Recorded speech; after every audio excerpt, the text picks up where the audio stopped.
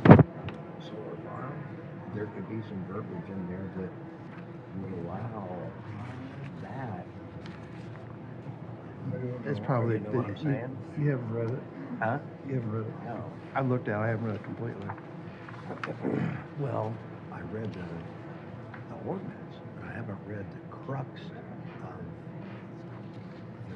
the verbiage inside. Yeah.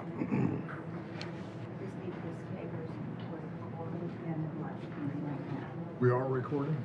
Okay.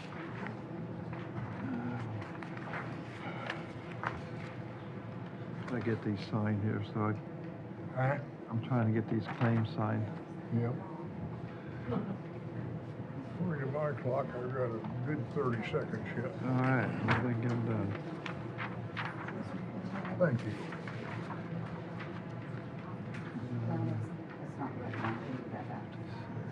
You know,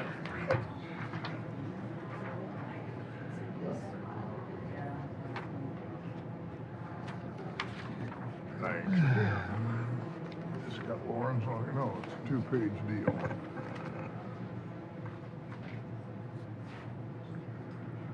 Okay.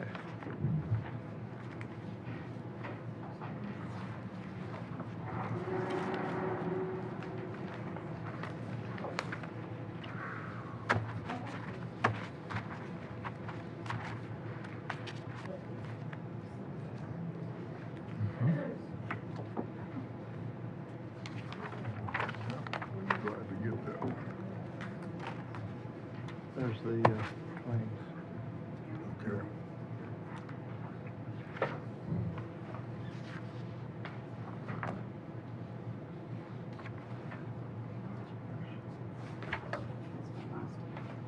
This is something different.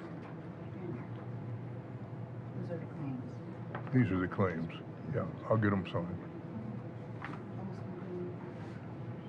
Okay. That's, Dale just brought that up. Okay.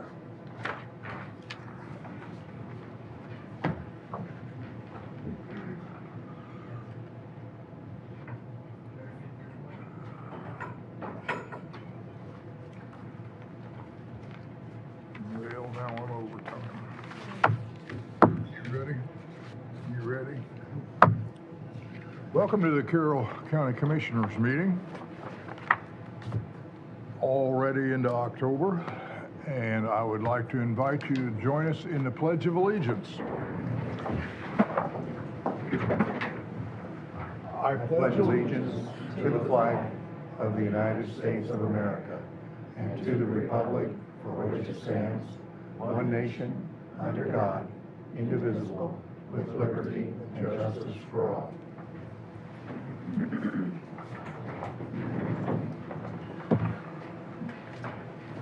Thank you. With that, we will move to approval of the minutes for September 15th. I will make a motion that we approve the minutes as presented. We don't I Oh, do we didn't, have a copy have of a it? copy of it. they didn't print out correctly and I found some mistakes, so I'd Okay. ask Warren to Yeah, we'll table take, them. let's Okay. table to We'll next table. meeting. Then I'll second that motion. Okay, so I got a motion and a second to table the minutes until next time. All in favor of that motion, please say aye. Aye. Aye. Motion passed. So now we are down to paying the claims that are on here.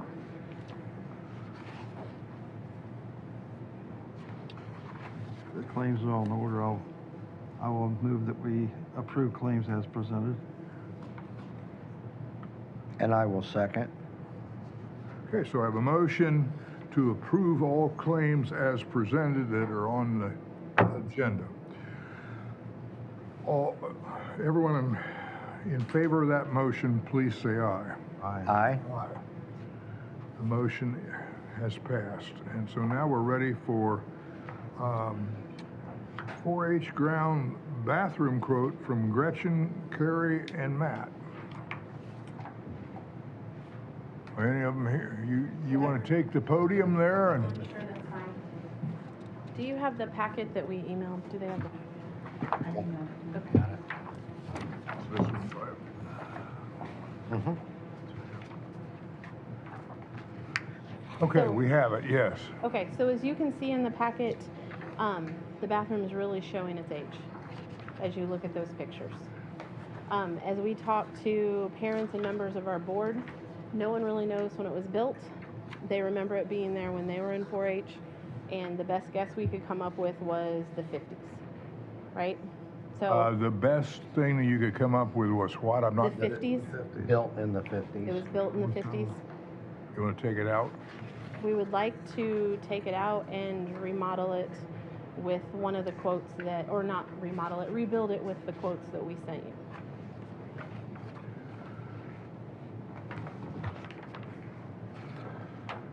As you look at those quotes, 3 of the 4 are from county businesses, which would help local businesses, local families, and keep the money in Carroll County. As you look at the paper we sent you, over the years, we've spent a lot of our own money remodeling or updating the facilities, but at $140,000, we can't do that, Okay. which is where we need the council and the commissioner's assistance.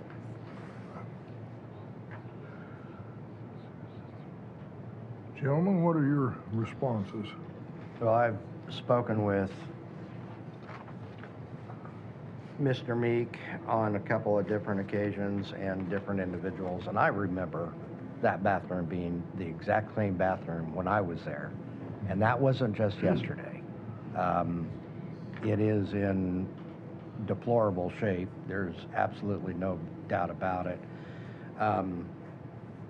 I wouldn't mind, and Mike, is this something that we could turn Lexapro? Finding a facility grant nowadays is very tough. Is it? Okay. I mean, we can try it, but there'll be a match associated with it. Well, I mean, any help certainly would be of a benefit. Maybe the 50, send it off. Since it's a county project, I understand that the fact of coming to the commissioners, has there been any consideration bringing in some of the townships around the county? I mean, they're not gonna wanna pay for, I mean, not all of it, but if they all pitch in a little bit, $5,000 or something like that. I don't know how the township trustee money works. I mean, I was under the impression that was for each township and not for a county-owned property. No? Okay. It's just a thought. I didn't know if something like that would have worked at all. Ted? Ted? Scott has brought up on a project here at the park, participation in it, in the 4-H park from townships. Can they spend township money on, I guess it's just a county project, of repairing a bathroom at the county 4-H grounds? I mean, it's not a township property. No? No. It's in one town, single township.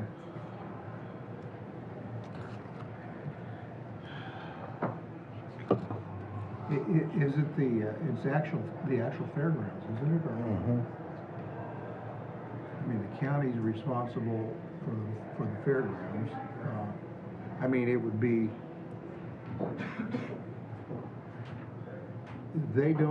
townships, I don't think their statutes have the flexibility that other governmental units have. I mean, they don't really have, I don't think, economic development powers. I think it would be questionable, you know. No. I could research it if you want me to, but I'm not familiar with any projects. I've represented townships too, and with one exception, I mean, it was a park that's maintained by the township. The township can have a park. Township next to where we live took over the state former state fish hatchery and created a park up. Mhm. The townships can't have parks and recreation, but if they haven't created a park and recreation department, they really don't have any authority. They have authority to do it, but they have to go through the process of establishing Okay. Park and Recreation Authority. I think the Township Advisory Board serves as the board of that Parks Department. They don't have a separate organization or anything like that, but off the top of my head, I wouldn't think, I mean, it wouldn't be benefiting something directly that is controlled by the township. So I think the answer would probably be no. Okay. Did you have a comment? Yeah, as long as, there's a benefit that can be shown or participation from the township. So township residents benefiting from it, i.e. 4-H members from like the New Tiffin Township. That, along with, it would probably need to go through the exhibit board, not profit, to feed into it.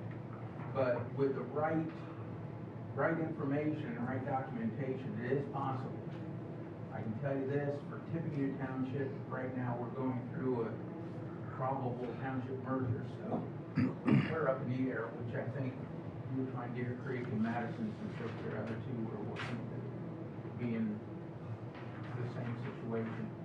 I know like Madison Township doesn't have a whole lot of excess funds to deal with, so it's possible.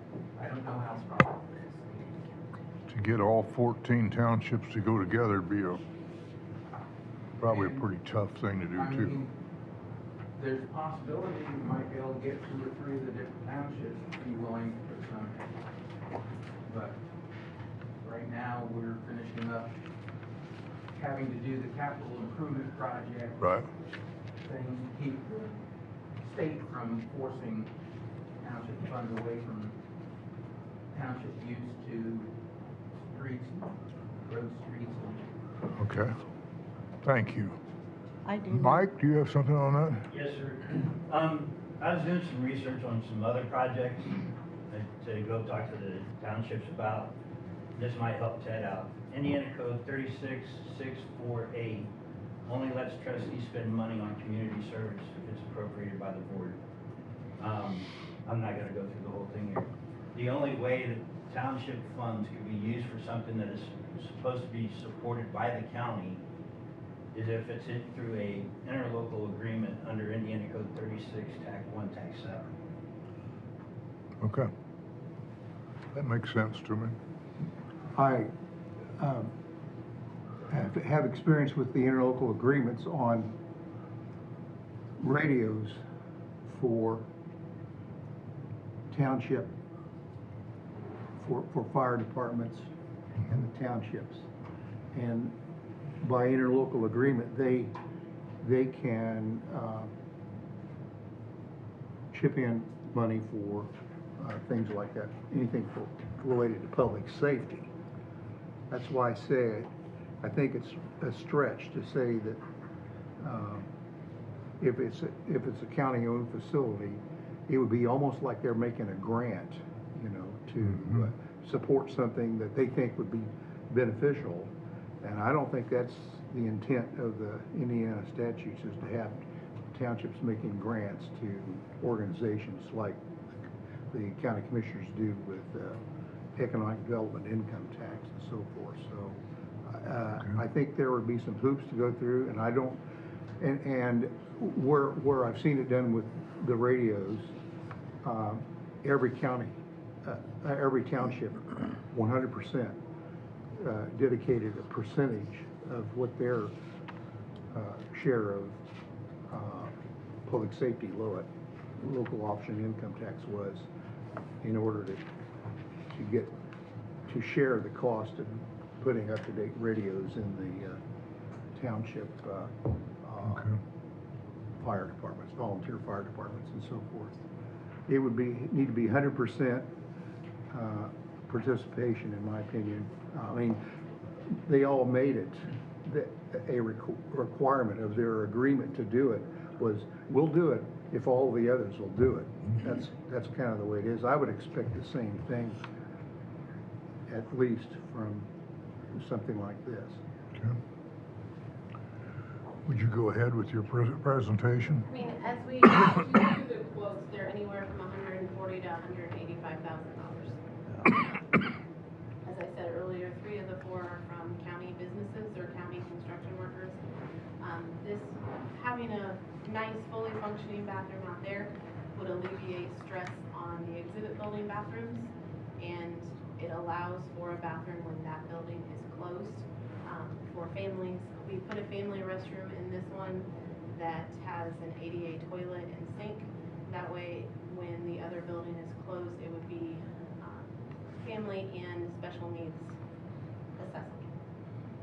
Now, will this only be open during the fair week, or will it be open Well, as we look at different times of the bringing in year? open shows and we hosted other events, it would be open then as well, because currently, they don't have a bath, they don't usually open that bathroom for them, but this would allow possibly more rental revenue over the years as we look at hosting more things if we have a nice, usable bathroom.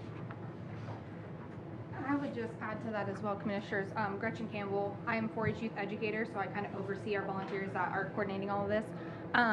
As you were aware, this facility is owned by the county, so anytime that there's a rental that occurs either in the 4-H building or on the fairgrounds itself, that money is supposed to be coming back to you.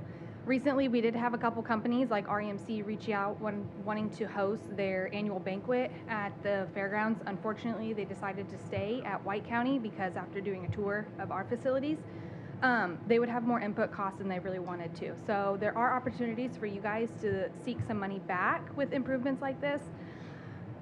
Allowing community members and events to have a place to host where everyone feels included, and it's accessible for all. So there are benefits not only for our youth, but for the county as well to generate some income, because we could advertise that as a positive improvement in the community. Thank you. Yes, absolutely. Beth, you had something to say? I was just going to say, when coaching ball several years ago, we had to, as a president of the league, we had to present a contract to the different township trustees that had kids playing in our program. And then they would consider that, and then they would donate money. So I don't know whether that's an avenue or not. Well, are these quotes all on the same page? I mean, the ones listed out really well, what they would do, but they have a specific. We wanted 3 bathroom, or 3 Okay. toilets in each restroom, and 2 urinals, 2 sinks, Right. whatever. And so they kicked back a quote with, they all have the same specs. So materials will all be the same, because one's pretty descriptive Yes. and the others aren't, but there's quite a difference in the Yes. bid. Just wanted to make sure on that. I know the need's there. It was there years ago. Oh, yeah, absolutely. One additional things I would like to share as well, Commissioners, especially talking about our county townships and trustees. We do have some 4-H clubs that already do receive some money from the trustees each year. It's not a whole lot. It's a couple $100s, just so that those 4-H clubs and those youth can already do something. So the discussion around asking them, even if there are loopholes, I would like to think that with their involvement with some of our community clubs already and those youth, that it would be an opportunity that maybe they would consider that as well. So worth sharing. Broaching that subject, could they not pay the club and then have the club reimburse, well, not reimburse, but be involved, the club itself be involved in the project? I guess the scope of that would be questionable, just because, like I said, the most I've seen any club receive from a township was like $350. So if you talk about the trustees that actually do it, we'd maybe get $1,000, so it wouldn't be near the scope of what we'd be really needing. Theirs is more just so that those leaders could do a program and maybe get free items for the kids to build something and learn. They could go to an event, be involved, and not have that financial burden on those families. That's more where that money kind of goes towards. I know most townships that have a club, they pay the 4-H leader for that particular club a stipend each year. Yeah. Yeah, so, and that could be something we could definitely discuss, because as an exhibit board, I'm sure our club leaders would still want that money to come from somewhere, so those youth have that opportunity. So we're not saying, hey, we're taking this money to build a bathroom, you guys can't do anything, because then it defeats the purpose of our program, and giving youth an opportunity to learn by doing. But it could definitely be a discussion, and then figuring out how that could tie into our goals and needs of renovating this restroom. Well, you're not renovating, you're rebuilding. Correct. Yes, Just yes, going, rebuilding it, yeah, demolishing. yeah, at this point in time, Right. it definitely needs to be Right. restructured. Definitely. I agree with that.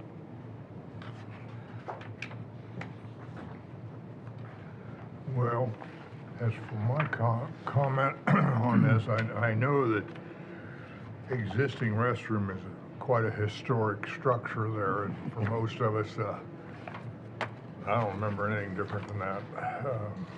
I should, but I don't. I'm in favor of trying to find a way to do this, because I think that that restroom facility out there speaks very poorly of our county. And I think it's probably the low point of our whole park out there. Is that ground where that sits, that belongs to Flora though, doesn't it? No? Belongs to you. It belongs to the county? All of It, this. it's an absolute mess over I know, there. every time I try to figure out who Where's owns the what, I get ground, lost. Who owns the ground, who owns the buildings? It's a cluster, an absolute. Yeah, because we even, we've been working with the town park gentlemen as well. We had them come out and try to tell us where all the water lines and everything run.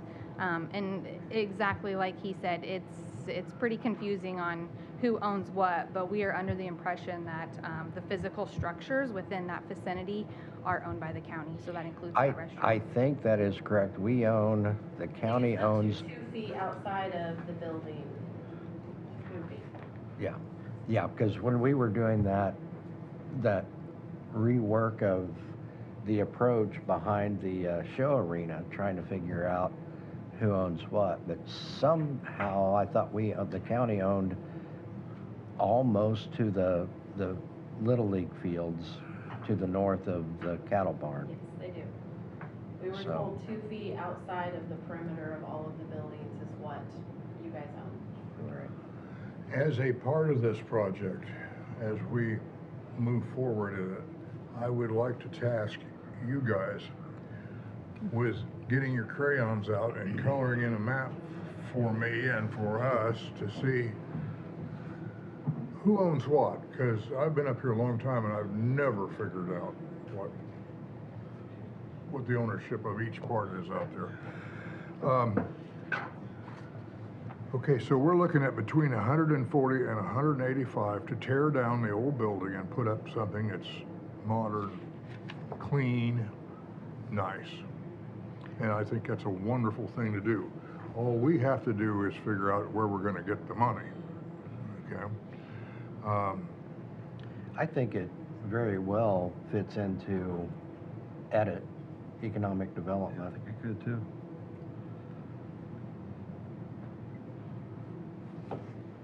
Does it have a dressing area? I presume it probably does.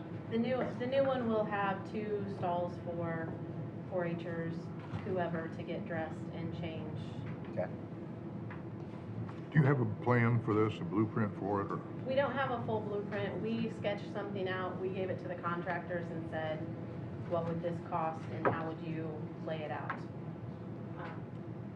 Show me what we're. Yeah, so basically, we just came up with just a rough drawing for them to bid off of.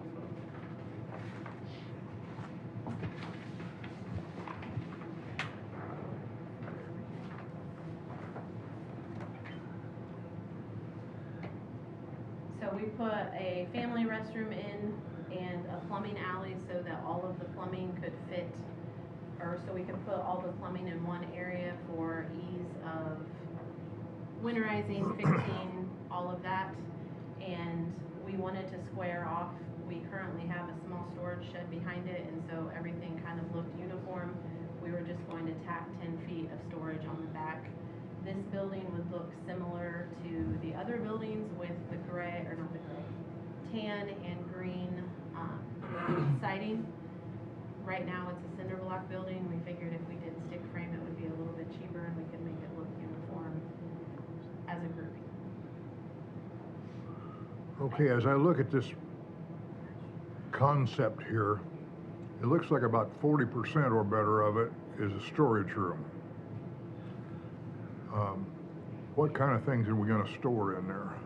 Right now, that storage shed has all of the dog obedience. All the what? All of the dog project stuff in it, and there's some other things. We would be able to pull some stuff out of the office space and out of the back room of the stage and put in there as well. It's just cold storage. It's not going to be, we're not asking you guys to finish it. It would just be the concrete in the building, and anything that would need to be finished later, the exhibit board would take care of. So the building itself is 35 by 35. The storage area would be like 10 by 35, 15 by 35, right in that. 10 by 35, so it's gonna be a third of this space. Yeah, it's about that 10 or 15 foot range. There's a storage shed there now, and there's just, the thought was a couple things, one for expansion if it ever needed to happen, but two, just to get rid of that storage shed because the sewer lines, everything's all that stuff needs to be moved in order to put this building up. So Will I it- figured it'd just be as well just put a square building up and just be done with it. So pretty much in the same footprint as the other building. Yes. There's no room for expansion there. Will it bump up to that concrete washing slab? It's off just the- where it is now. off Like, the goat we barn? measured it off, and it would be in the same footprint, including that storage facility. Okay. So we were just trying to square it off and make it all look uniform.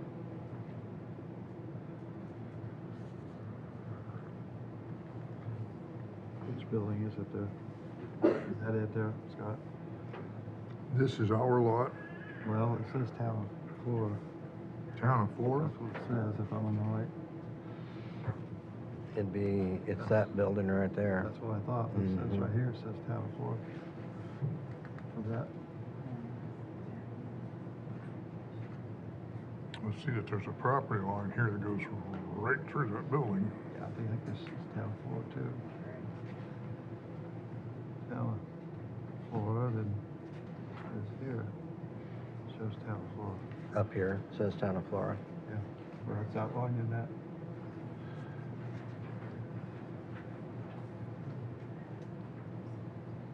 It's very confusing. That's not laying the way I thought it would. May I ask, are you guys looking at Beacon? Are you guys looking at a Beacon map? Yeah, Beacon Snyder. So we looked at that as well, thinking that that would give some insight, but we don't think it's right because we found a contract between the county and the Flora Community Club for the 4-H building as part of like a rental. So even though I think the one section states it's owned by the town of Flora, I don't know if that's because there's a current contract in place for every reevaluation, like every 10 years. So I think maybe that system is not current because of that contract that's in place. But again, super confusing. We are trying to figure it out ourselves. Yeah. So Yeah, it's confusing. Because on that same beacon, that shows that you own most of the Little League Diamonds. yeah. Yeah, what's, yeah, Be north brought of up to that. the assessor's office who coordinates with the Beacon. Because, yeah, it has the main Little League Diamond is owned as Carroll County City Park, Town of Flora Fairgrounds. It shows you own half of it. Yep. Town And- of Florida. Town of Florida. Is there any chance of participation in this with the Flora Community Club? Since Or the it's- town of Flora, either one? We haven't asked because it's county owned. Like, we've always been told that it was county owned, 2 feet outside of all the buildings. So, we don't see them as being willing. 2 feet outside your building, but you're gonna build. No, the outside buildings. So like from the beef barn to the swine barn, over to the sheep barn, you guys own that whole area. Uh-huh. Up to 2 feet outside of it, and then it becomes town property is how it's always been explained. I want to look at the contract again, the lease, the sublease, you know, that's, I would appreciate that. I don't, you know, have that in mind well enough to Right. give you answers to questions right now, but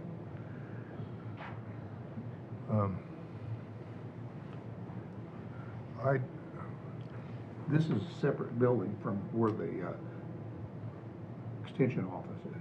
This would be something totally separate. Right. Yeah, I'll look that up. Okay. The limit for doing what would otherwise be considered public construction project, which would require, you know, formal bids and so forth, doing it as maintenance is $150,000. The limit for projects that a local government does with its own workforce is, without having to go through bidding, is $375,000. We're not talking about doing this ourselves. If there's any part of it that could be done by our own forces, then part of it could be counted toward that 375. You see what I'm saying? Yes, I'm wondering about that, if we could remove the building that's there ourselves. Mm-hmm. Which would cut the total cost down. Uh-huh. I don't know what portion of the cost there let's take the low side of 140,000 would be removal of the old building. I think, didn't the one quote say it's like around 27,000? So part of that quote, I believe, was, It said for the demo is 27,600. And then another big portion of it is the sewer, because the sewer line has to be moved. So I don't know if it's something that the county could dig, you know, if they could dig some. Sewer line has to be moved. So is this going to be constructed on a different site than where it is now? No, sir, it'll be, the sewer line now currently runs underneath the mini barn that's between the bathroom and the sheep barn. Uh-huh. Since the building's gonna take that whole area up, because the sewer line runs right in the middle of that whole area, the sewer line needs to be ran towards the cattle barn, and then back towards the show ring to hit the sewer line. So that's a big portion of this expense as well. Is there a location change that could be, I mean, let's say we've started with nothing, we've removed the building. Is there a location where it would not require sewer line to be?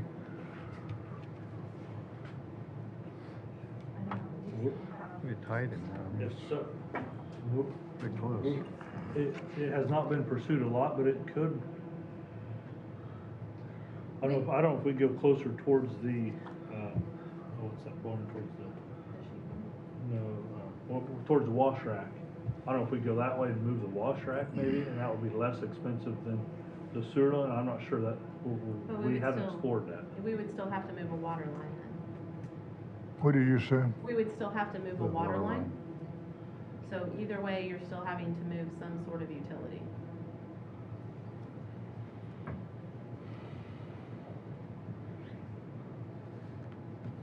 Well, gentlemen, what do you think? How should we leave this today? Well, as what I'm understanding, I think we're all in agreement that it probably needs to be done, but it still requires, I think, some research via Ted's comment concerning ground and. I got a feeling that it's all county, you know, this part, okay? Right.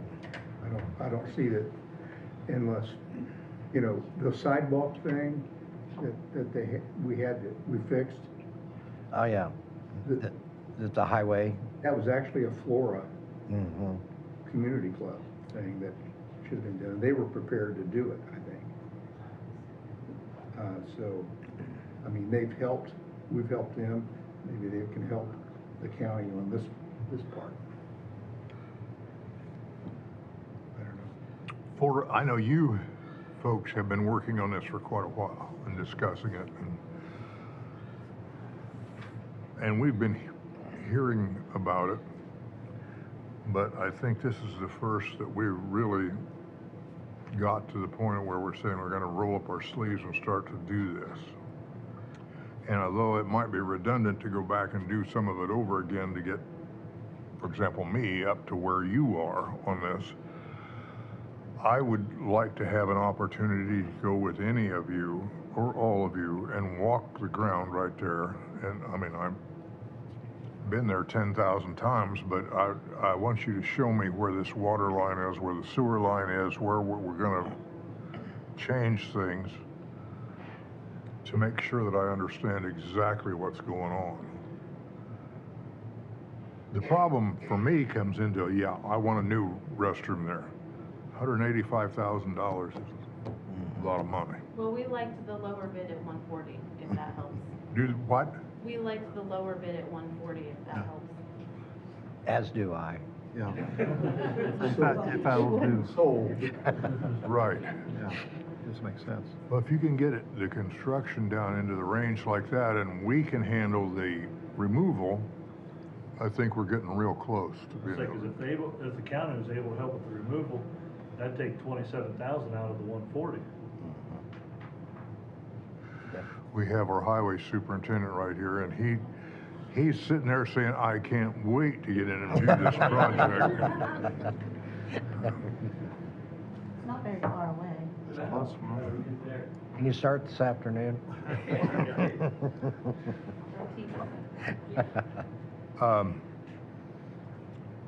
When works best for you to come?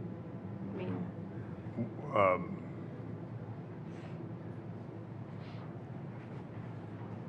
Any day this week. Can you mark those lines? we cannot, I mean, I don't know that they're still marked from the town. Yeah, I believe there's a sewer cap right there to the west of the restroom that I believe they've already marked. There's green paint around it. Other than that, That would work. yeah, I'm not sure where else they have marked. I know there was some confusion on some of their parts as well as to where everything exactly ran because it was so old and tracking was not up to date. But we could verify that before you come out because, like I said, we've worked with the guys that work over there and have asked a couple people for maps and outlines of it. Okay. If you would want to get my phone number and maybe these two gentlemen's, and you try to coordinate when we can get out there. We don't, I think we could do it all three of us Yes, you together at the can. same time because it's a project. Inspection of a project. Yeah. You don't have to give notice. You can go out there, you can gather, you can discuss. So, I believe our cards are right behind you, Matt, on Got a that, card there. on that shelf. Should have all of our phone numbers.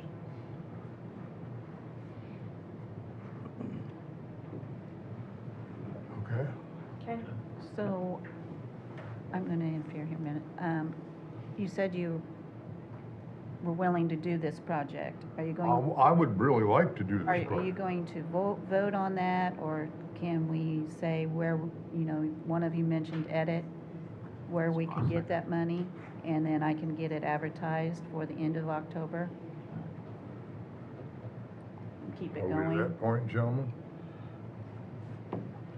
Well, we don't have to use it if you advertise it. What? We don't have to use it. No, if we you don't. advertise it. No. So what's the amount if we're gonna do the demolition? Well, I mean, we could Spend it all. advertise 140 We don't have to use it all. and not, obviously not use it all. Right. I'm just wondering. I was just trying to help them keep the project going. Yeah. Comment? I was just gonna say, you guys are talking about the quotes. We did recognize on some of the quotes that they were time sensitive. I think most of them going to the end of the month. So if we were gonna discuss financials, I would just be cautious that if this isn't something that's set within a time frame, there's a subject that the quotes could change as well. And if you save it till the next meeting, it won't be able to be on the 29th for the For funding. the council? But if you do today, then I can get it in, and they don't have to, it's just gonna be advertised. Right, It doesn't have to be that they are It'll be going to approved. approve it or whatever. utilized, right. Right. Well, for the sake of getting the project advertised, I'll make a motion that we advertise $140,000 out of edit for the bathroom at the fairgrounds project. I'll second. You wanna put in there that you're accepting the project too? Pardon? Do you wanna put in there that you're accepting the project too? Or just, Sure, yeah, yeah. I don't know. Recommending the project, sure. Can you restate the motion so I got my own mind, Scott?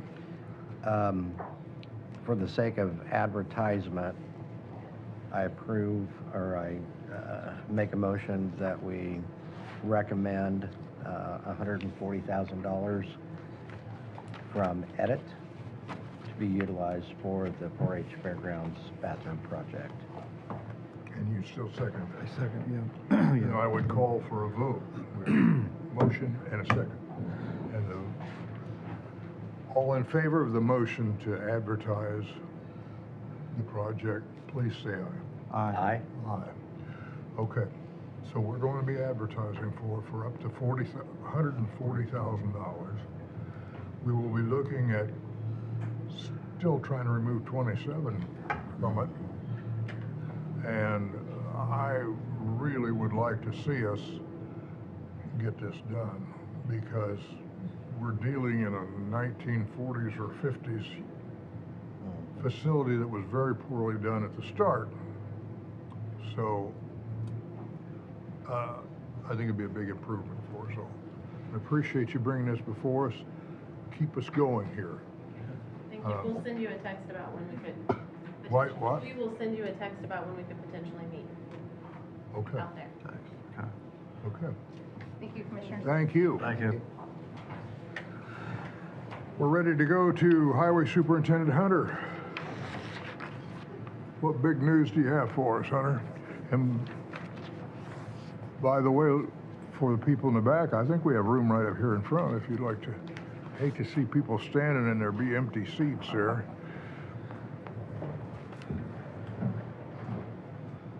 I don't know whose papers those are, if they just, yeah, that'd work fine.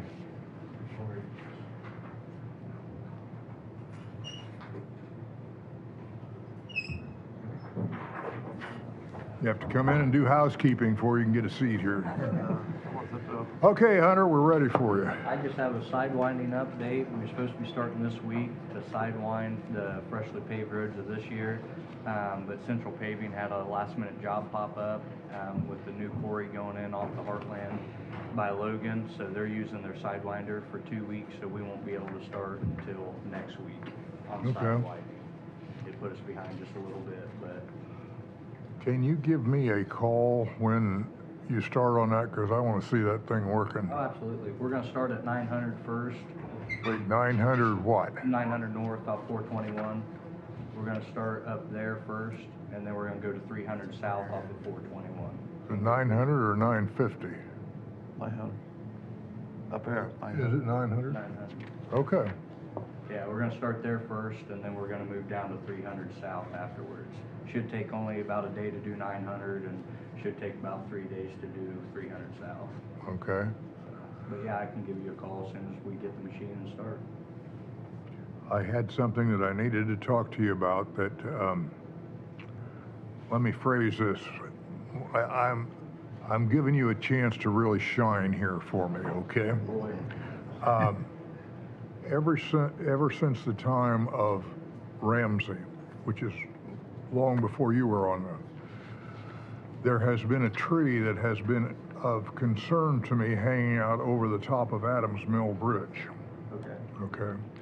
So it's gone through about 4 highway superintendents and the darn tree's still there. Okay.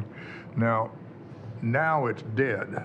It was alive when I was first concerned about it, but if you would go to the Flora side, the bridge doesn't really run north, south, east, or west. So if you go to the Flora side, on the downstream side, there is a very large ash tree. It's dead, and it's leaning right out over the covered bridge. Okay, It's not gonna be easy to take out. okay. Somehow we gotta figure out how to get that out of there, because it's gonna come down on top of that bridge. I'll go look at it. Right now, our bucket truck is back down. We just got it back, and now none of the controls or nothing's working on it, so it's going back into the shop. What's going back in? The bucket truck, it's down again, so it's going back into the shop.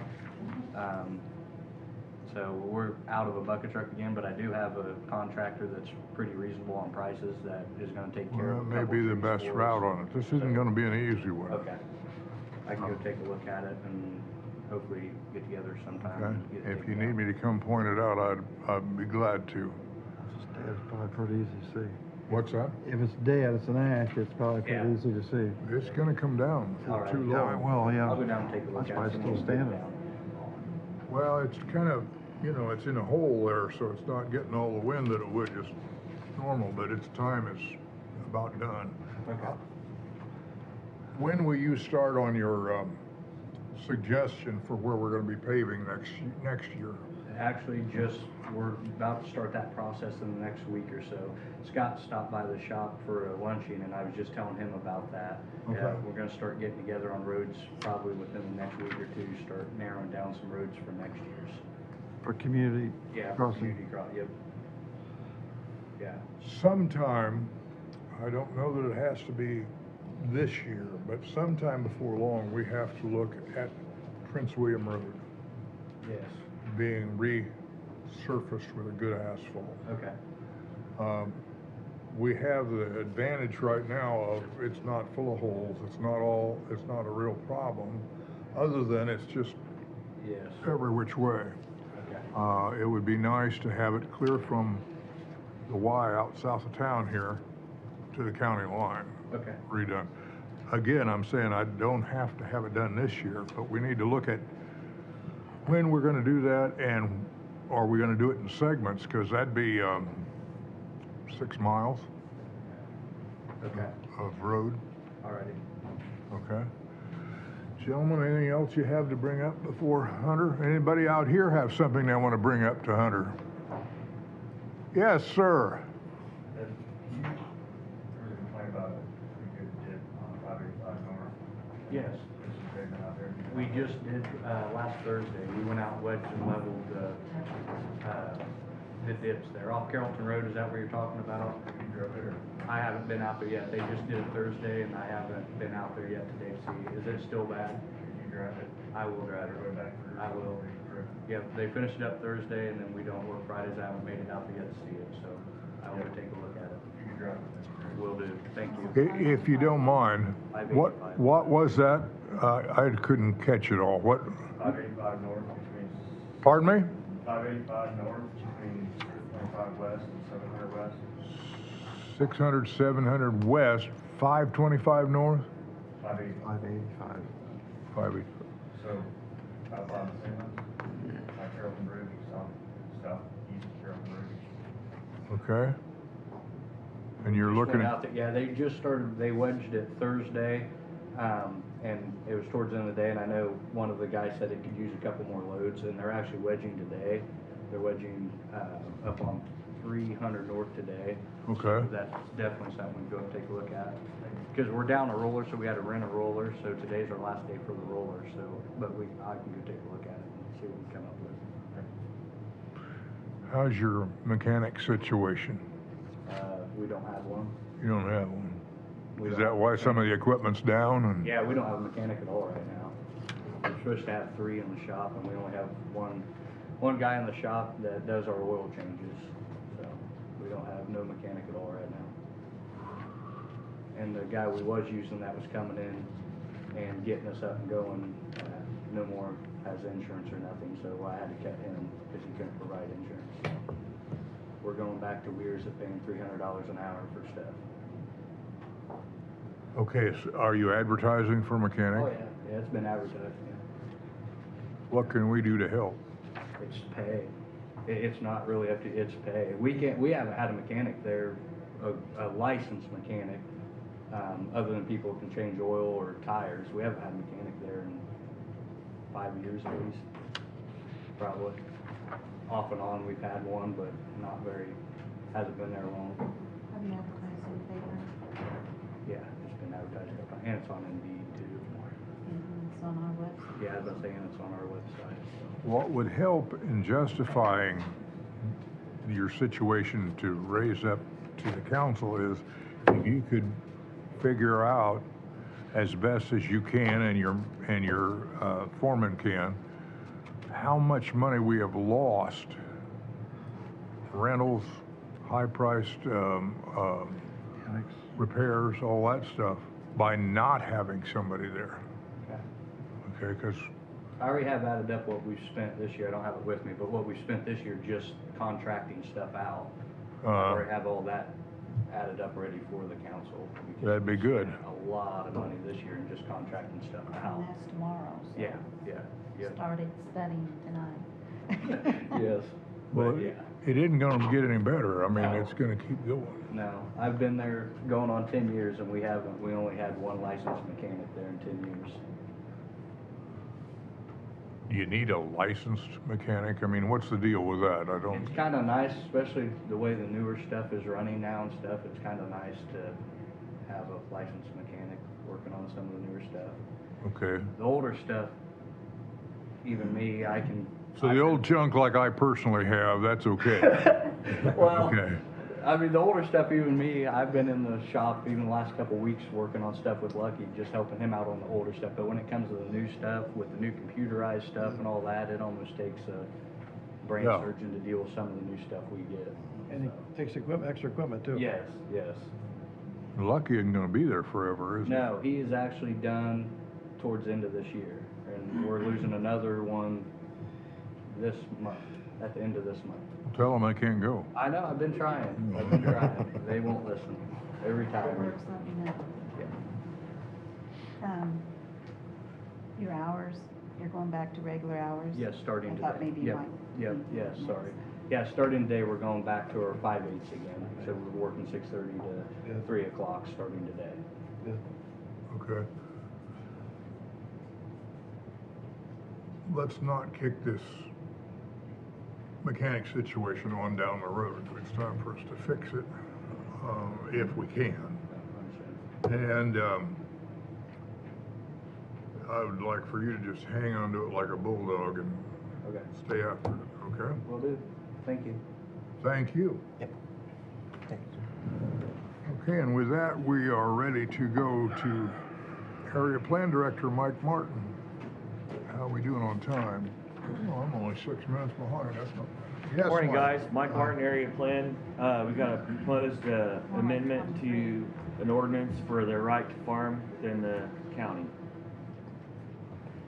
Okay, So, I don't know if you guys got a chance to look at, the paperwork that was provided and some of the changes.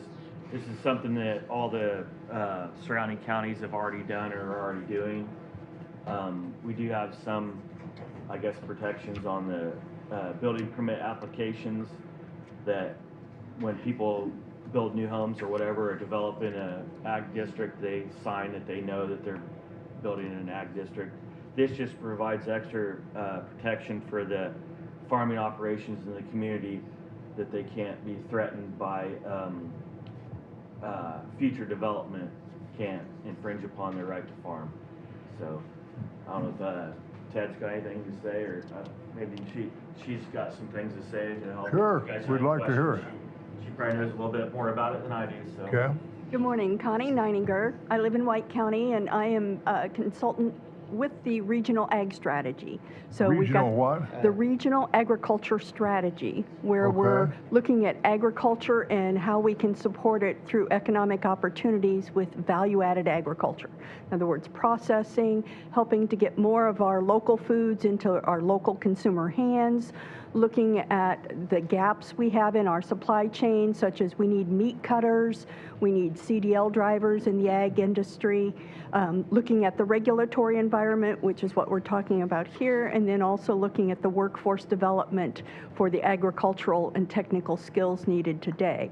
So the right to farm is basically a protection to help against nuisance lawsuits. It doesn't change the requirements that they have to meet for your zoning, or it doesn't change what they have to meet as far as IDEM or BOA, as far as how they operate. It is just strictly to help stop those nuisance suits that says, I don't like the smell. If a farmer wants to add a quad barn, a hog barn, or a confined feeding operation, you can't turn it down because it smells.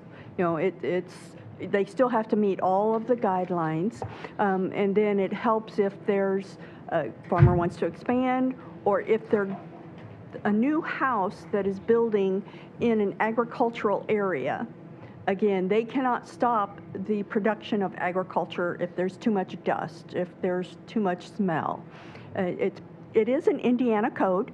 It's been on the Indiana books for quite some time, since 2016. But what we are realizing is that most counties and most residents do not understand that right to farm. And we had a situation over in Benton County last year where there was a confined feeding operation that was wanting to expand. It was turned down because people had built new houses and they complained about the smell. And I mean, the company could have sued the county because they did not adhere to the right to farm. So we're trying to make sure everyone is aware of this code.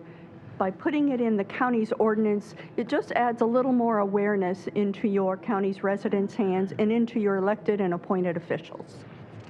Is there any one thing that's driving this right now? Yes, we've had some lawsuits in the state of Indiana, and in this area, just like I said, the one situation in Benton County, the company did not sue. They said, nope, if they don't want us here, we don't want to be here, which then lost that county that revenue, that tax revenue of the additional confined feeding operation. So we're just trying to help protect everyone, the landowners, the farmers, and the counties from any issues coming up. Lauren and I have fought the battles of hog buildings for many years. Now, it's been pretty quiet the last... Yeah, I don't think they're building like they were. Nobody's building them. It's too Cost has expensive. gone Because, way up. well, too expensive, and there's been too many arguments about them, and so it's. Yeah, I think it's a good way for a young person to get started, but yet again, I think people realize that they can only spend so long in those hog barns, and it's detrimental to your health. And you do things that years later you wish you wouldn't have done sometimes.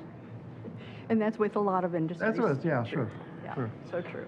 So yeah, it's just, again, an awareness. By putting it in the county's uniform ordinance, it just helps draw attention that, yes, our county does respect agriculture.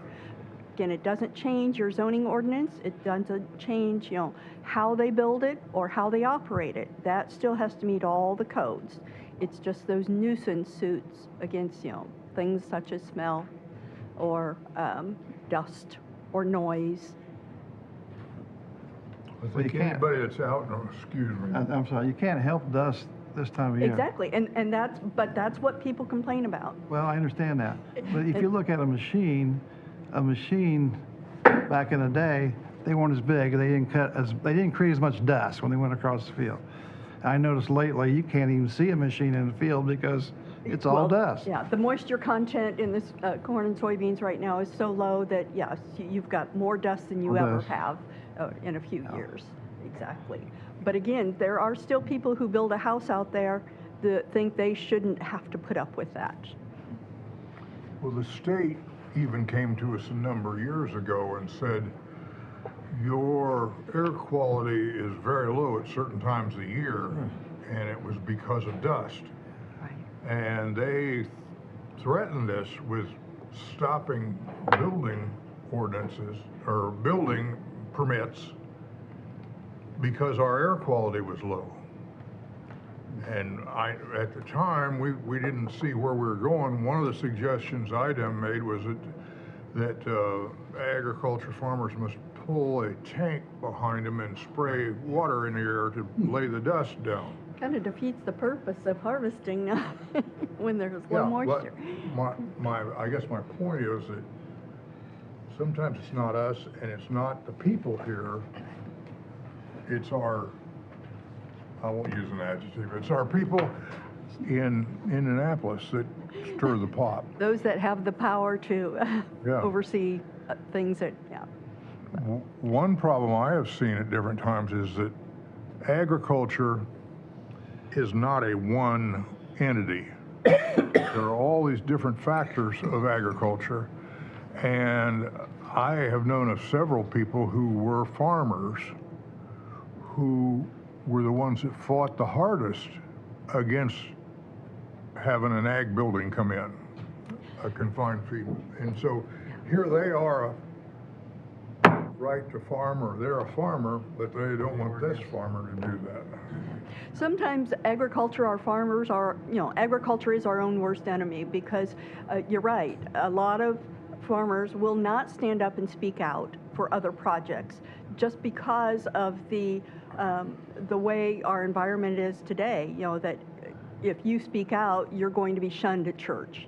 I mean, it happens, unfortunately. It shouldn't, but it does, especially if that is your business. And this is, again, it doesn't change how they're operating. If they're doing something wrong, doesn't meet code.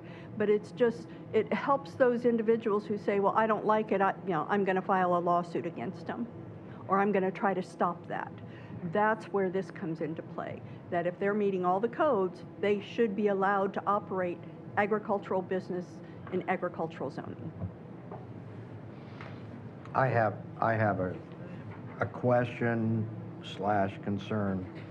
Permitted uses, I'm not for sure what item number that is.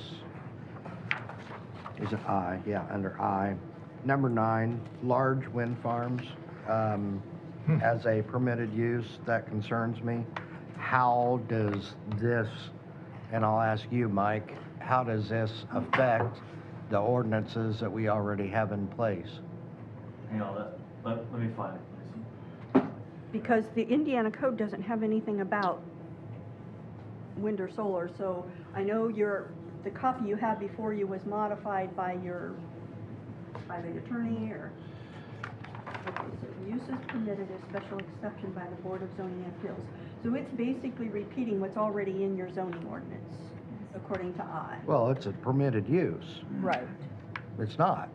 In our zoning ordinance, wind and solar is not a permitted use. Because that is not in Within the 200 feet, or 2 miles of a well, if I recall correctly. So the verbiage concerns me. And I would agree, because like I said, that is not in the document that we are using or in the Indiana code. So I'm not sure who put that in there. Who Well, provided the and copy that's to why, This is, Or do you want this? Can you, yeah, so can you respond to? Okay. Where is that, Scott? Is there a page it's number? under I, there's no page number, it's the 4th page back. G, H, 2, I've got it. I remember seeing the, 4, the it's a 6th about page back. wind turbines for meteorological testing. I remember seeing that, but I don't remember the. Well, it's got micro wind systems, which we allow. If Yeah. somebody wants to put a small wind turbine at their farm or a solar panel on their barn roof, that's fine. But that's number 8. Number 9 is wind farms, large wind turbines, WEX, which, For meteorological testing towers. So that'd be like something for the weather station would use to test wind velocity. And then technically we do allow wind and solar. It's just, Yeah. the restrictions are very strenuous. Right. right, but So does- this will is a repeat of what is already in your ordinance. Will this And- supersede, that's my question, will this supersede the ordinances that we already have? Because it says in excess of 120 feet. Well, down on 10, it references ordinance 24-2, which is the ordinance we just. For solar. For that, solar. You know, that's referencing the new ordinance that we just made. Right. So it's in there, it's in So there. it's, it's, yeah, it's covering that. The same is true of 9. I mean, it's referencing the current ordinance. That was In other the words, ordinance. all the restrictions that were put in are incorporated, basically. So that's not opening the door. That's Okay. referring to our Okay. newest, latest regulations. Okay. So it's okay.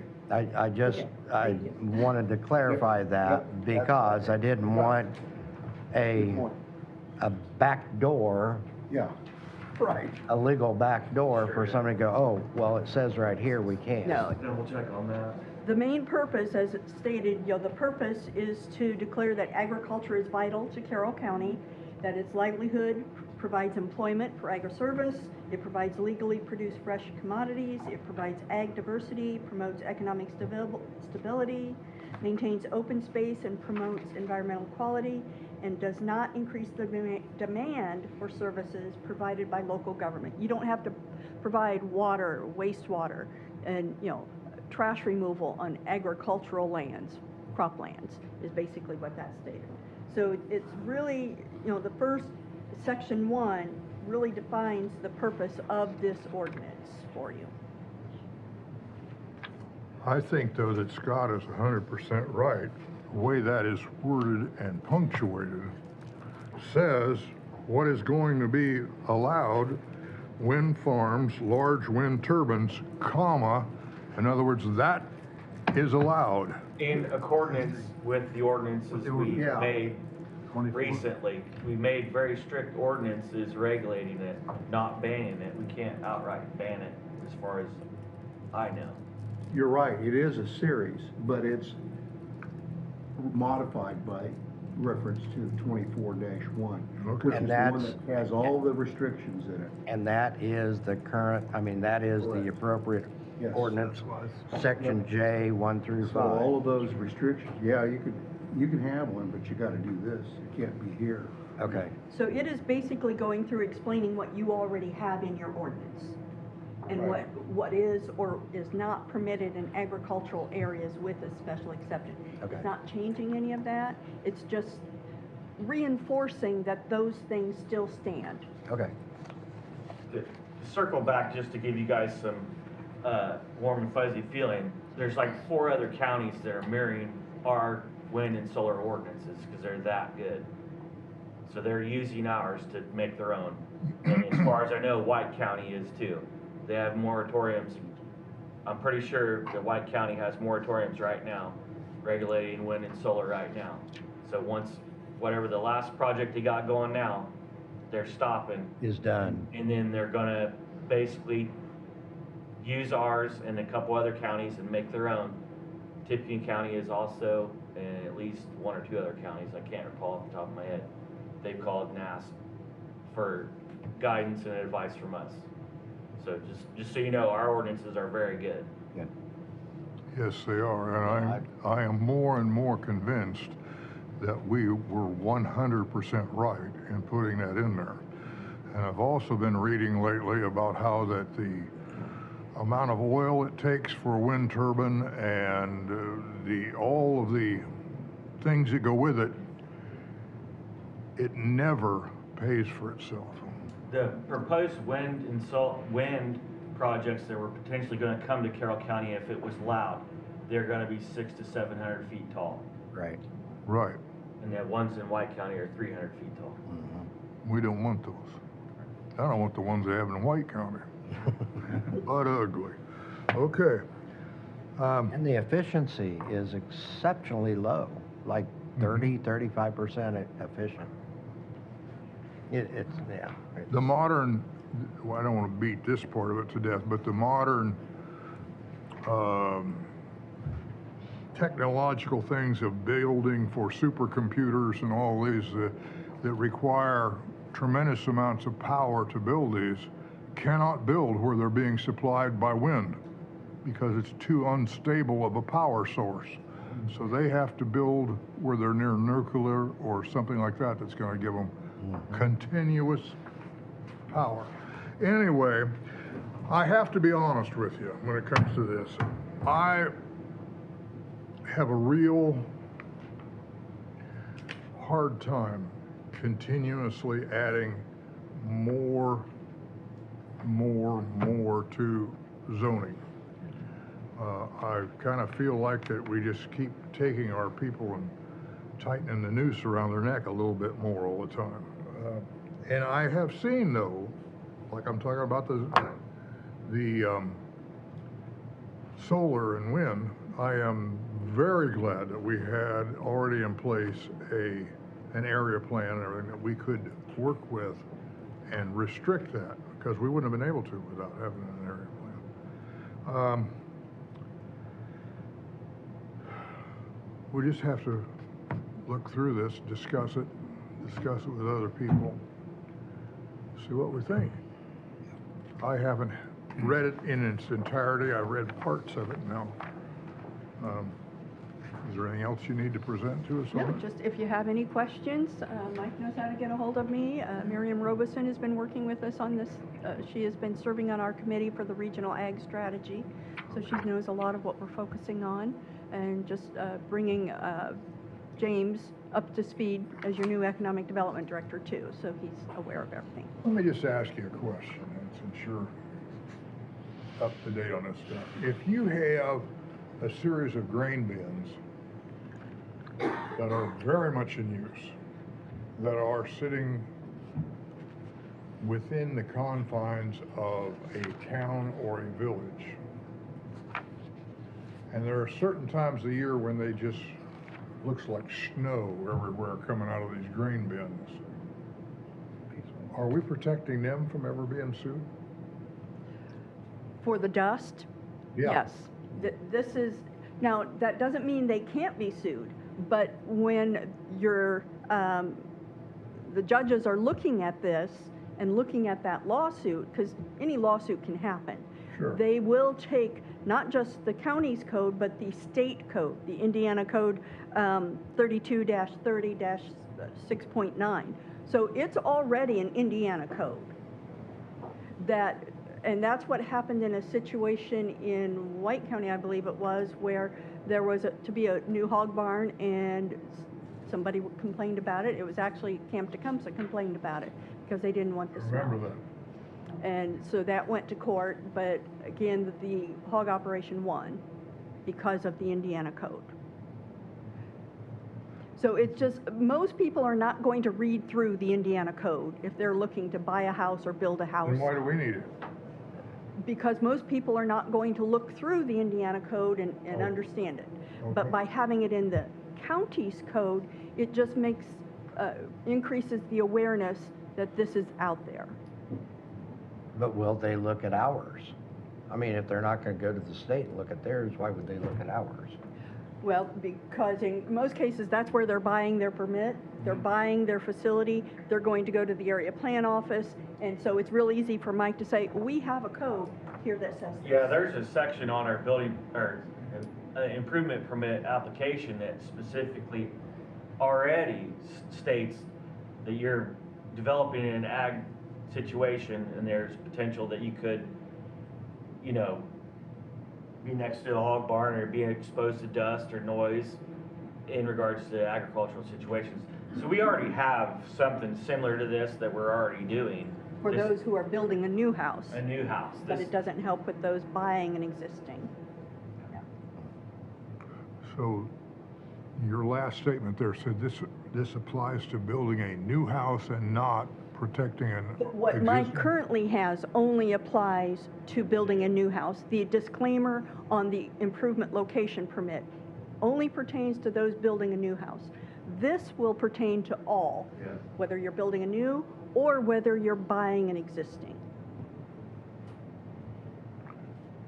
When we get to this time of year, I get lots of complaints because people are ill, people can't breathe, they can't open the windows of their door or their house. Dust is everywhere. And I would have trouble protecting the people that are doing that to these small communities. So let me ask you a question. You know, there's things that you are trying to preserve here in Carroll County, such as that's part of why you're not doing the wind or solar, because you want to preserve agriculture, correct? Mhm. Well, this is doing that same thing. It is helping to preserve agriculture, and you're right. And I'm the first one to say, I know hog barns smell. It's not a hog barn that I'm worried about. But you're worried about the actual dust, From grain especially bins. during harvest. Loading semis out, unloading them and all that. But if we do away with those facilities, what's going to happen with that corn, that grain? It's going to leave the community even faster. And so our farmers are going to have more cost put on them because of the transportation to get their grain to another elevator outside of the area. And most of our elevators are outside of town, but you're right, there were a lot of them built in small rural communities that have now been built up with more houses than what they started. Most of our small towns started with a grain operation. Mm-hmm. That's how they started. And unfortunately, as we see growth, we build houses. But, and that's. One of the examples you're given when you're discussing this with APC is you were talking about that this also helps protect the products that they're selling from their own property, right? Correct. So like a small scale dairy farmer or pork producer, a cow producer, they can essentially, it helps so they can sell it locally, right? Right. The goal is to help get more of our local foods that are grown and raised here into our local consumers' hands, whether it's through farmers markets, whether it's through farm stands, again, helping give them the protection. In fact, I use an example in Benton County. We had a gentleman who used to slaughter and cut deer for all of his friends. Well, he has now started a meat packing facility in his barn. He has turned his barn into a meat cutting operation. Well, if somebody wanted to complain, they could. Well, again, he is value-added agriculture. He is really taking that live animal and putting it into value that can then go to the dinner table. And so helping to make sure his livelihood, his feedstock, the animals, can still continue to be right there and provide him his additional income. Now, if he dumps blood and everything into the local creek, Still has to Then follow the actual Yeah. rules and regulations that go along with that. This does not change any of that. He still has to meet all of ITEM and the Board of Animal Health guidelines if he's processing livestock. Just like water table. I don't see any difference between that and requiring dust collectors.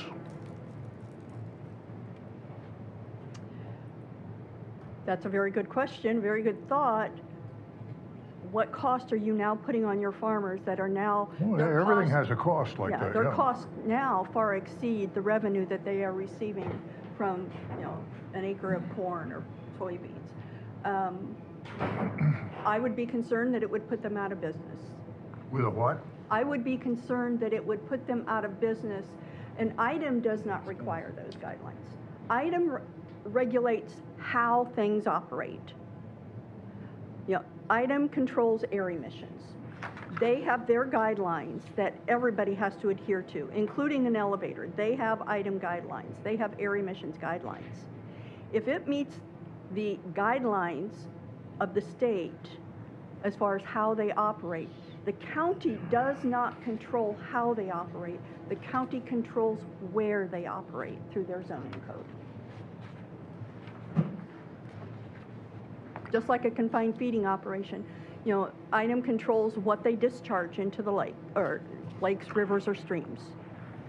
That they have to meet those guidelines for anything being discharged, whether it's water, wastewater, or air.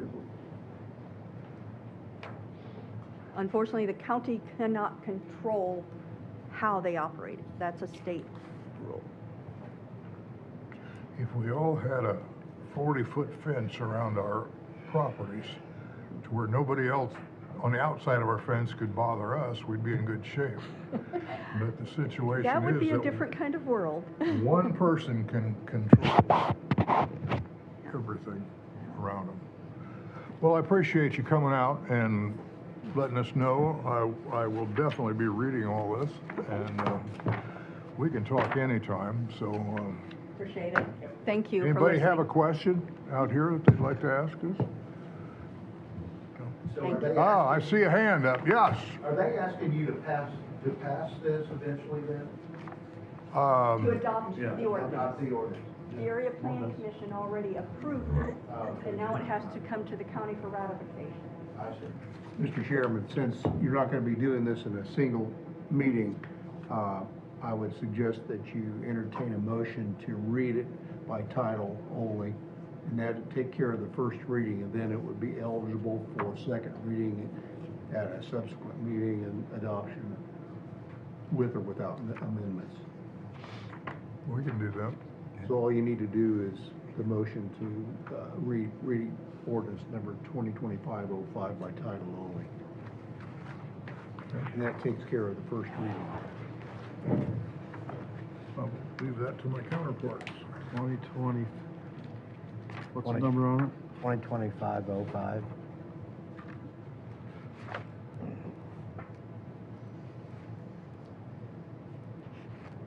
Do you have a copy of that? Do I have? I don't have a copy of that. Really? I can give her mine. Oh, I thought I just gave you your copy back. No, that was just the, what Mike filed with his, all the explanations. It wasn't an ordinance. Do you have the ordinance itself? No, No. I don't I've not seen believe. Schedule of the regulations, what next to it? Article 3. Here's what it is. Article 3 is where Brent starts. I'm sorry. What's different from that to this? That's all I No, Steve, That's in we have ordinance to do this form. part. Yeah, that's the To- ordinance. part. This is the actual ordinance. This is what is in the area plan, Okay. the unified zoning ordinance. So we don't have to reformat. And this is the actual changes Yeah, to the but I don't have that front page. Approves it. Made it up. If and I when you know, adopt. I've never seen It's the same as any other ordinance. it. Then he hasn't emailed it to me. You normally, you don't have Thank to you. do rezonings. You can do that on a voice vote in the next meeting, but this is an amendment of the text of the zoning ordinance. So it should be looking two readings, so this will take care of it. We have to have a public meeting with people Well, being able. I mean, it'll be at your, whenever. Yeah. Whenever. We don't have to You can table- advertise it though, that it's a. Yeah, in the motion to read it by title only, you can, after that, have it read by title only. You can either have it put on the agenda for the next meeting or table it till the next meeting, or whatever you want to do. Okay. Thank you. But I think it should be read twice because it's a text amendment. I'll move that we allow 20, ordinance 2025, 05 to be read by title only. If our auditor would do so, please do so. I'll second. Okay, so we have a motion and a second to read 2025 ordinance 2025-505 by title only at this time. All in favor, please say aye. Aye. Aye, okay. Beth, could you read it for us? Sure. Ordinance number 2025-05, an ordinance of the Board of Commissioners of Carroll County, Indiana, approving amendments to 152.050 of the Carroll County Code, codifying the right to farm in an agricultural district. Thank you very much. Appreciate it. For the benefit of you out there, what that means is we're starting to process towards this, but we have to be reading it again, we have to be advertising it, right? No, No, it not just goes advertised. on the agenda. Okay, just put it on the agenda then. For Okay. October 20th, right? Yeah. And we are ready now for Mike, another Mike Fincher. Good morning. Good morning, gentlemen. The first one you're gonna have in front of you is a burn ban. Burn ban, okay. I'd like to put the county in a burn ban due to the lack You of gonna come rain. out with a club for my wife and stop her from doing that? Because this is a continuous argument in my household. What, a burn ban?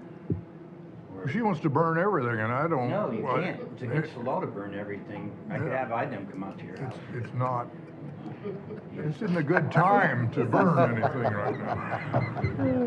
No, it's not a good thing. Okay. One good thing, it hasn't been real windy.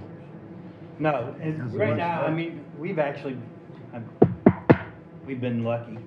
Yeah. And that Cass County just lost about 150 acres the other day. Yeah, I've seen Um, some pictures. I know we are expecting rain over the next couple days, but it's not more than 3/4 of an inch to an inch. That'll get soaked up really quick. And we'll be right back in going into a burn ban again. So what I'd like to do is have you guys sign that for an additional period of 30 days, and we'll revisit it as time goes along.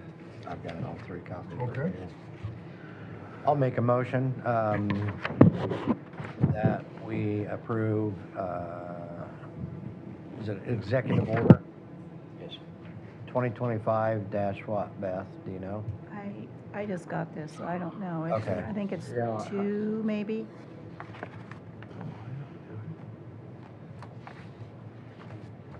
I don't know what the number of it is. I didn't look before I said it. We can deal with that. Yeah, can put it okay. on after the So I'll meeting. make a motion that we approve executive order number to be determined concerning a burn ban for Carroll County. I'll second.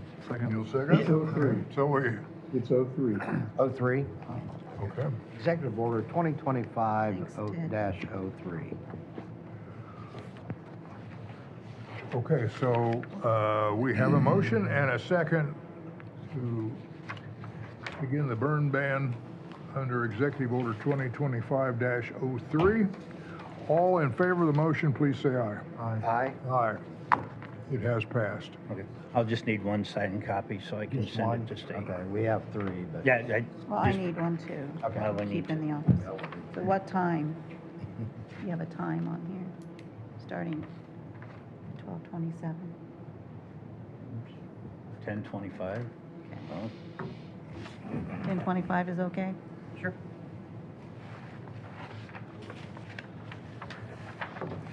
And then the other thing I have. Excuse me, Mike, but can you Yes, sir. tell the folks here what this burn ban encompasses that we just passed? I don't have it memorized. And that, there's actually, it prohibits all outdoor burning except for a few items. You can have cooking and ceremonial fires as long as they're permitted within a ring and less than 25 inches in diameter, max of 30 inches in diameter, and the ring must be at least 8 inches tall. There's a restriction on the use of grills and smokers fueled by charcoal briquettes, wood pellets, propane, propane is permitted. However, all wood-based fuel must remain in the grill until fully extinguished. And then any debris burning, period, is not allowed. Now, there's one exception when it comes to agricultural, when they're clearing out their, when you see a lot of them taking the trees down and putting the piles in the middle of the fields. There's an exception to that, but it's really gray. I never burn it. My personal opinion is that it shouldn't So- happen at all. For example, a campfire at a campground. Yes. Are they banned from having a? No, as long as they meet all those Number requirements. 3 here. No, as long as they meet number 2, that they're a Number two. minimum of 23 inches in diameter, a max of 30 inches and 8 inches tall. Okay. Did I And give that, you this? now if they're using grills and that, the briquettes and that have to stay within the confines of the grill until it is completely extinguished. Okay. And of course, always use caution. If it's windy, don't burn. Common sense. The other item, earlier this year, you gentlemen approved doing a security exercise on the courthouse. We do have this exercise, will be scheduled for December 17th. The purpose of it is to test our existing emergency response plan and strengthen the coordination with the local first responders. Why it matters, it's relatively easy. The most important asset to Carroll County is its employees. So we have to make sure that we're doing everything that we can to secure them. The location of the exercise will be determined closer to the exercise, and it will go at 1 o'clock. The 17th is a Wednesday, so it'll be in the afternoon. It'll involve department heads and that, but I'll be sending the invite list to everybody soon on that. What day did you say? I'm sorry. What did I say? What date did you say? You just- December 17th Thank you. at So 1 we o'clock need to with the approve location that, to be right? determined. Just didn't have the Okay, date. I'm just repeating that for you.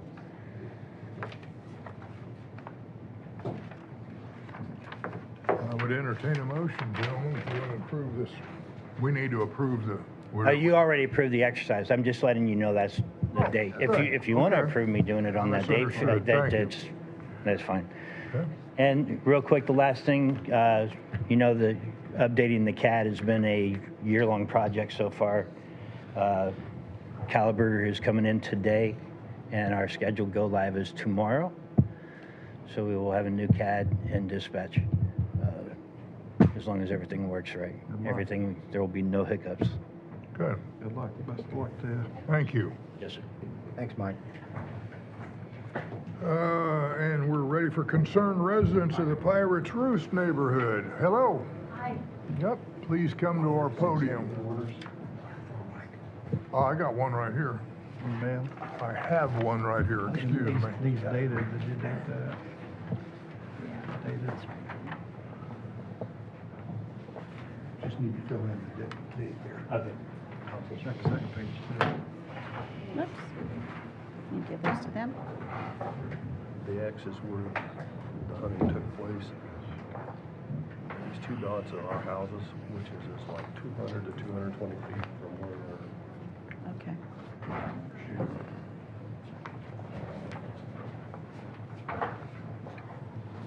Thank you. This is where they're shooting. These are their houses, which is only like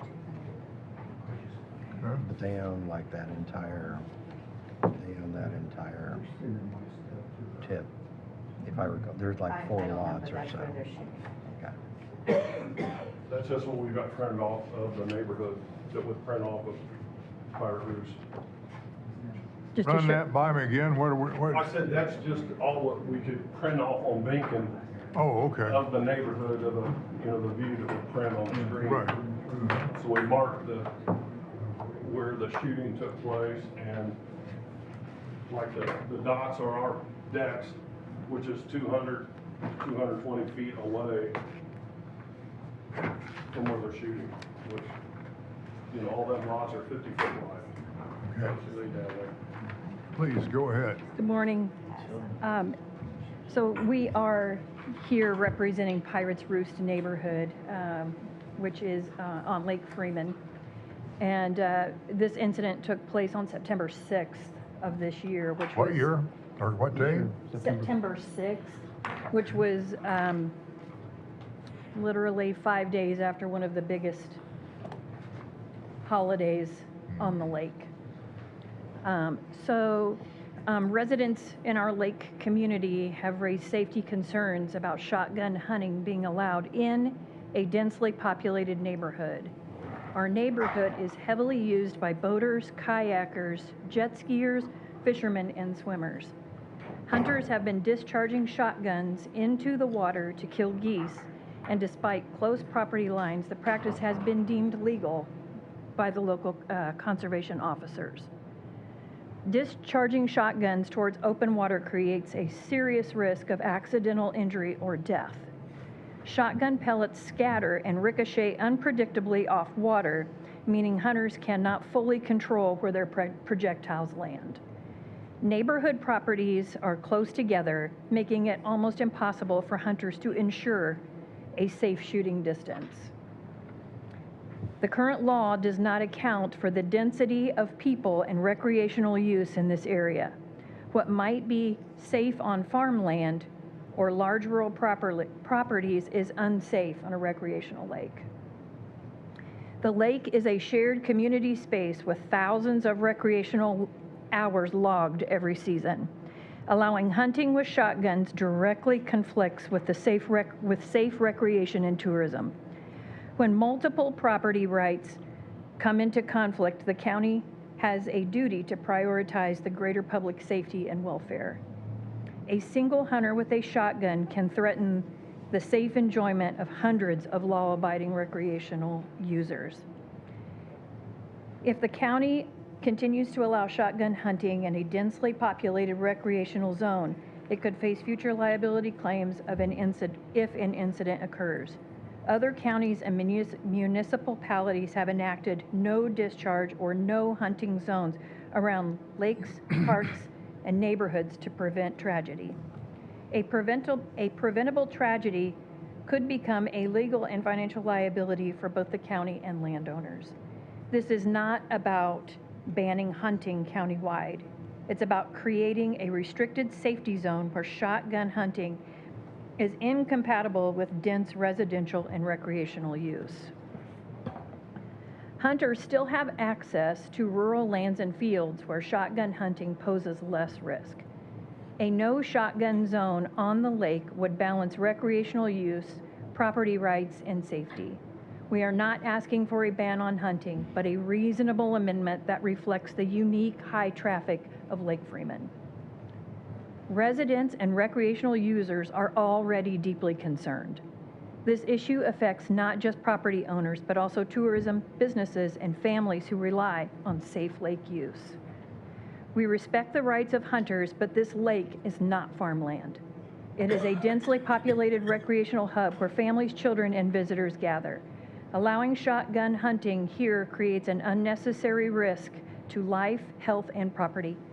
We urge the commissioners to amend the ordinance and establish a no shotgun zone on this lake for the protection of the entire community. If geese are targeted at 40 to 50 yards, stray pellets can scatter unpredictably. On a crowded lake, that means pellets can land on a kayaker, boater, or a child swimming. Even if pellets lose lethal power after a certain distance, they can still cause injuries or property damage. Lake Freeman has continuous human presence on the water. The real danger is not distance, it's density. Safe hunting requires space. This lake does not provide it. Saying everyone should be able to recreate as they want ignores that some activities inherently danger others. The right to swing your fist ends where your neighbor's nose begins.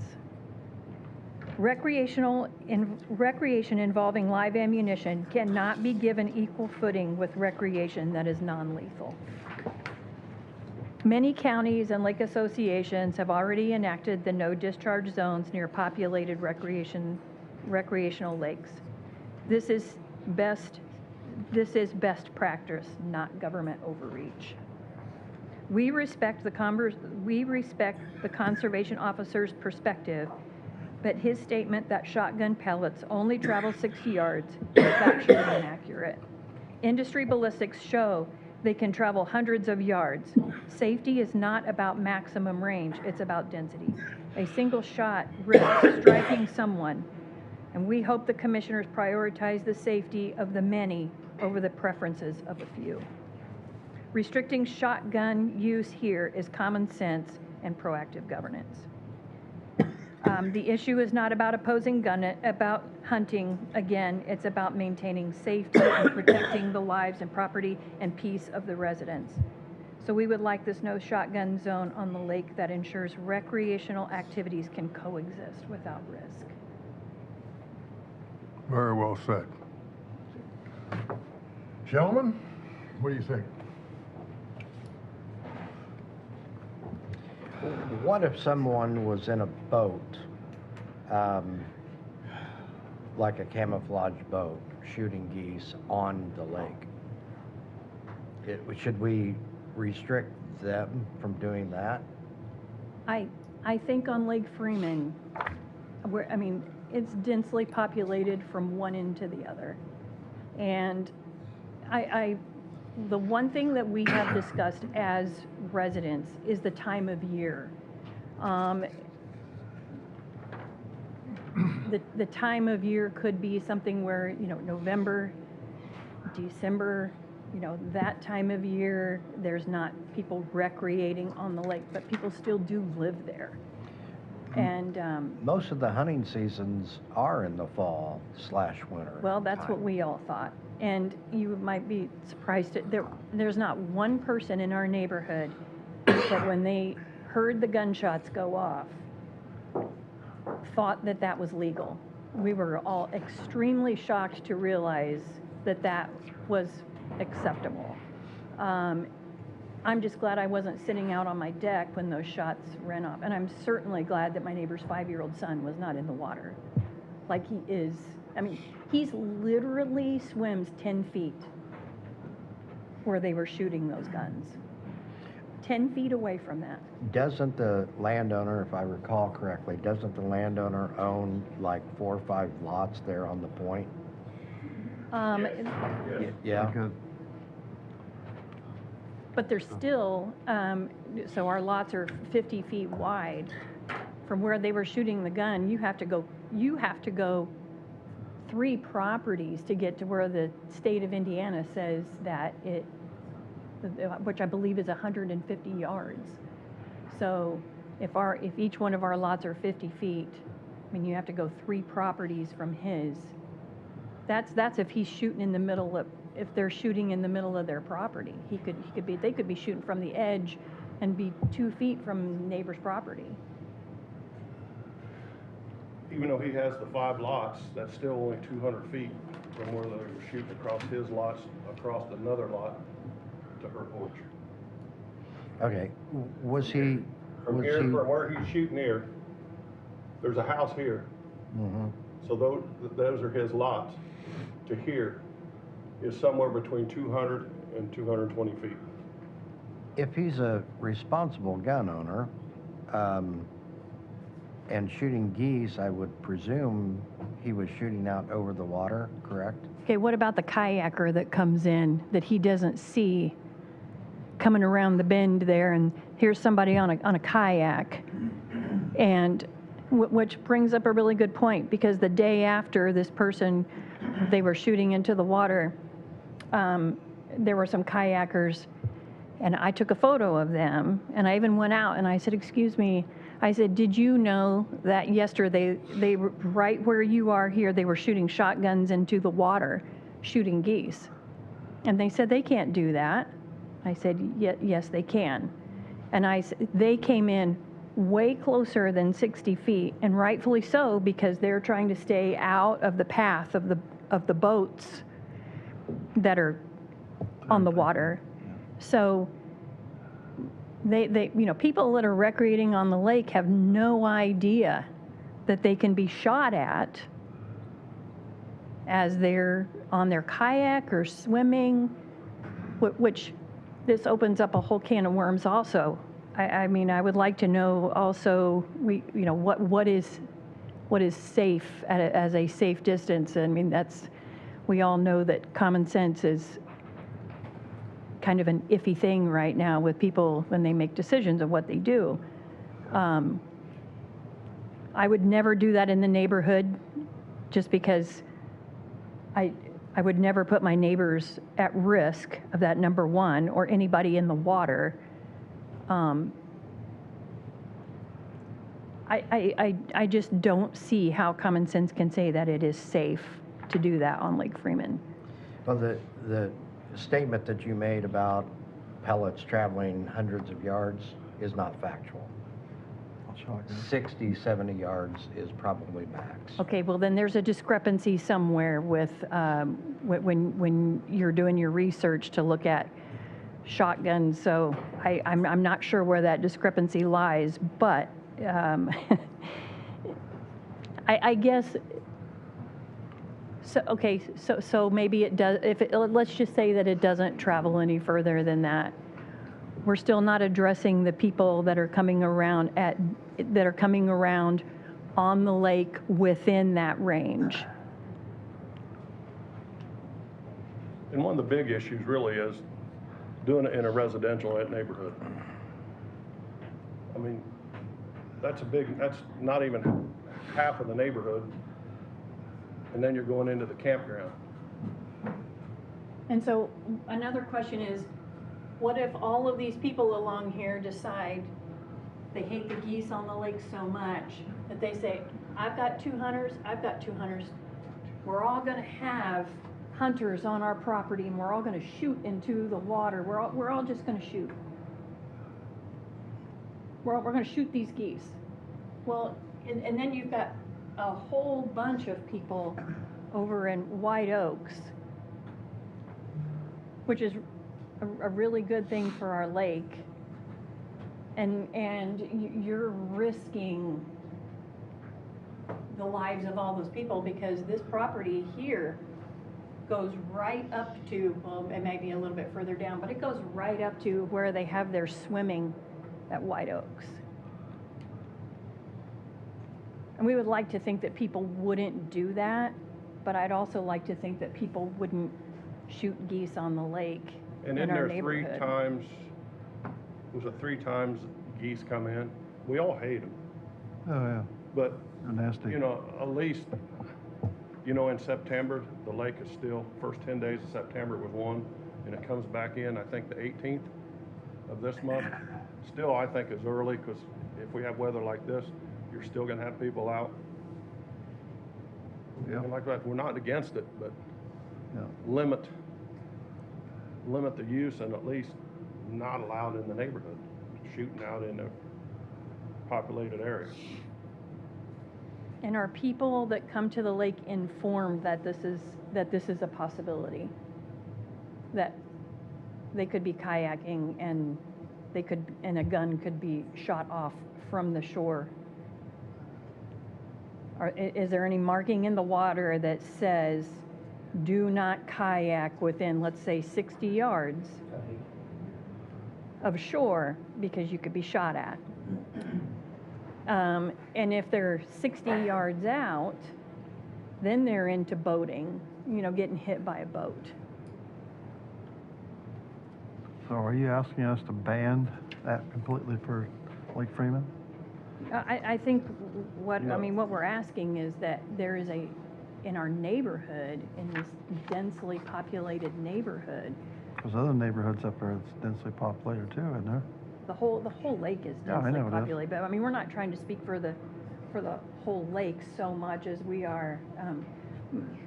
But I live on the lake. If I go out in my boat, I mean, am I going to be safe going down?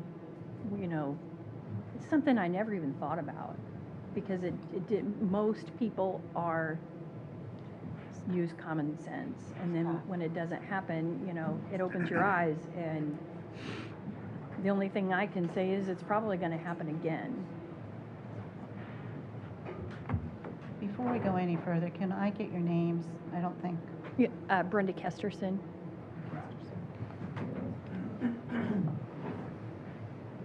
Troy Carter. Thank you. You have anything you No, want to say? I mean, we're not after having a ban, Or should I call a mic? can we shave, you know, I'm listening. can they not allow it on the lake, at least in September?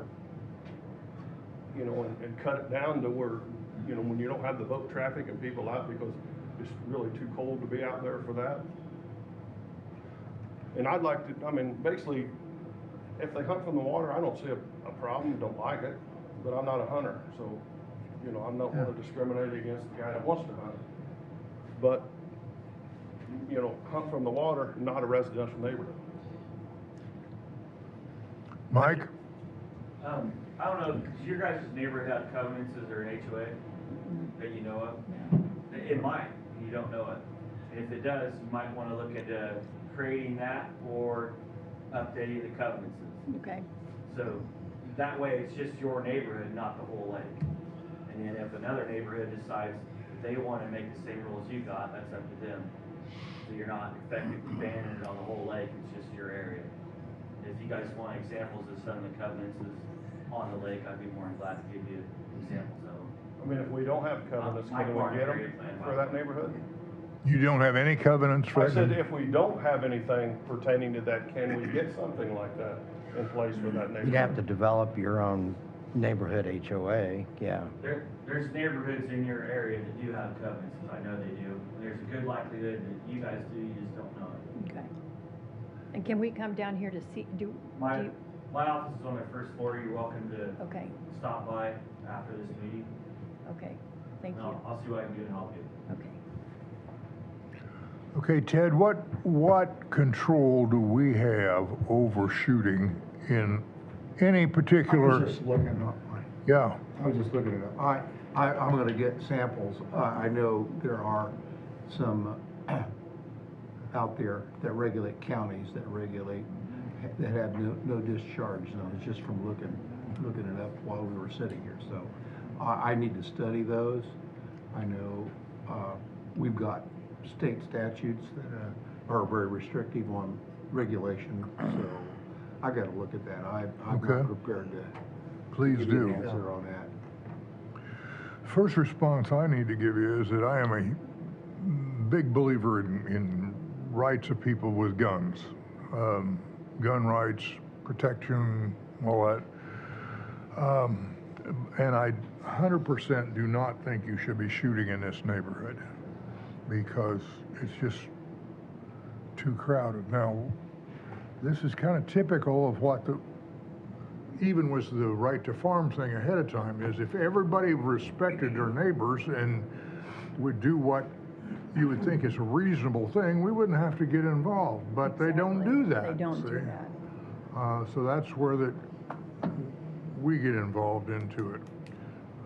And I would like to reiterate that I think 99% of the people in our neighborhood also have those same beliefs, that I am one as well. I think that Second Amendment is extremely important, and I believe that everybody should have the right to bear arms, but I mean, not everybody has common sense, and that's sad because then it ruins it, or you know. Has anybody talked to this individual? I mean, have they had spoken to You him? can't. You can't talk to this guy.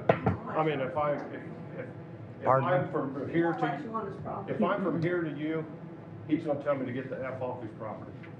That's how insane he is. All right.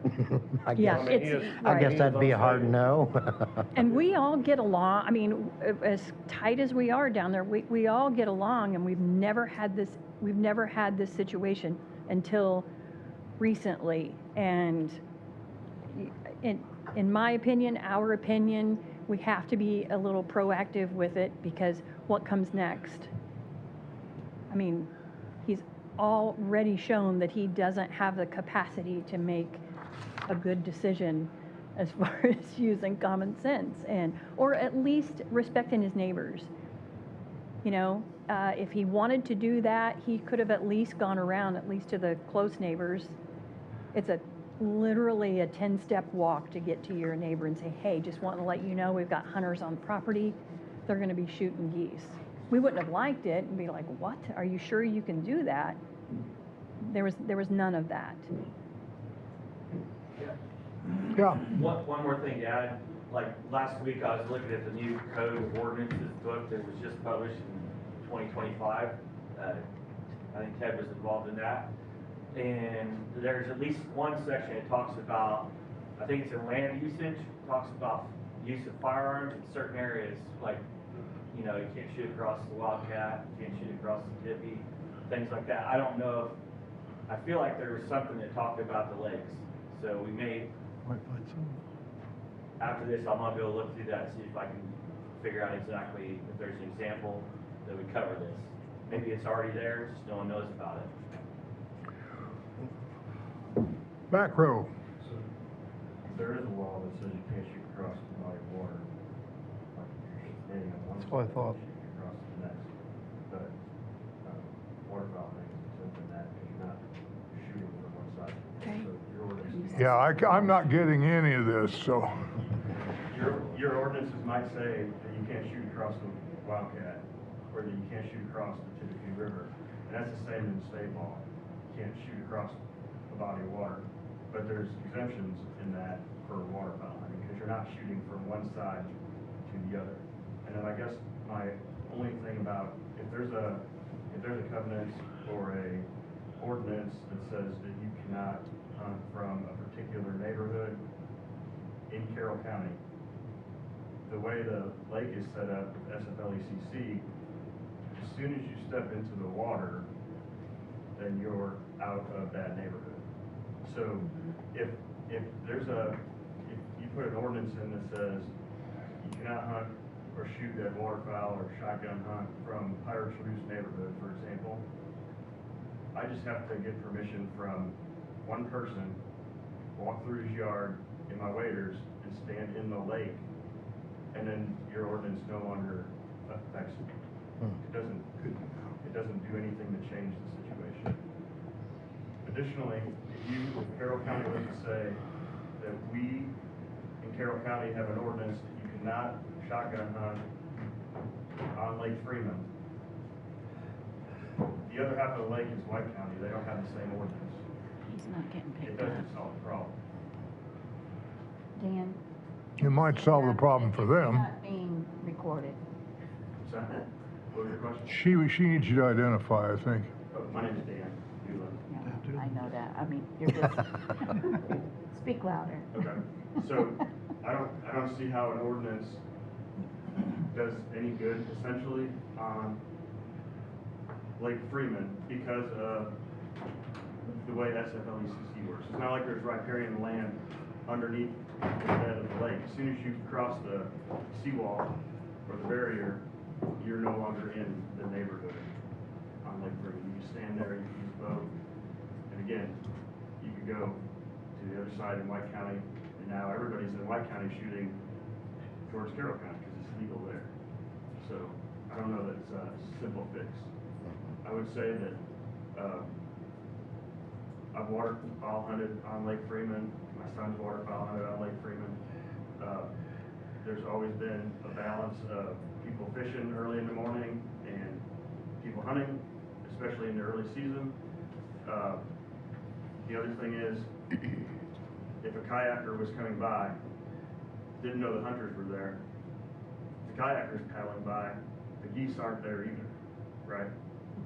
They're not, they're moving around. If they're flying and circle over the decoys and there's a yellow kayak and a person on a paddleboard, the geese aren't landing right there because there's somebody there. So I would just say that those are my comments on it. This guy was hunting like in the afternoon. In the afternoon. It wasn't morning. It wasn't evening, no. it was in the afternoon on high traffic. So that's the problem we have. And it's sad that somebody like that makes people like us say, no, we don't want this, because not everybody is responsible, not everybody uses good judgment. And it takes one person with bad judgment to make a huge, huge mistake. Just my opinion, I would think that maybe getting with Mike, looking into some HOA issues, things like that, that you might be able to get instituted in that neighborhood. I think that might very well be your first line of defense to see what is available there and capable to be done. I think that's great. I'd like for you two to get together with Mike and see if there's something he has that you're not knowledgeable of, or what can be done. At the same time, I don't want you to let us pass this off and not take action, okay?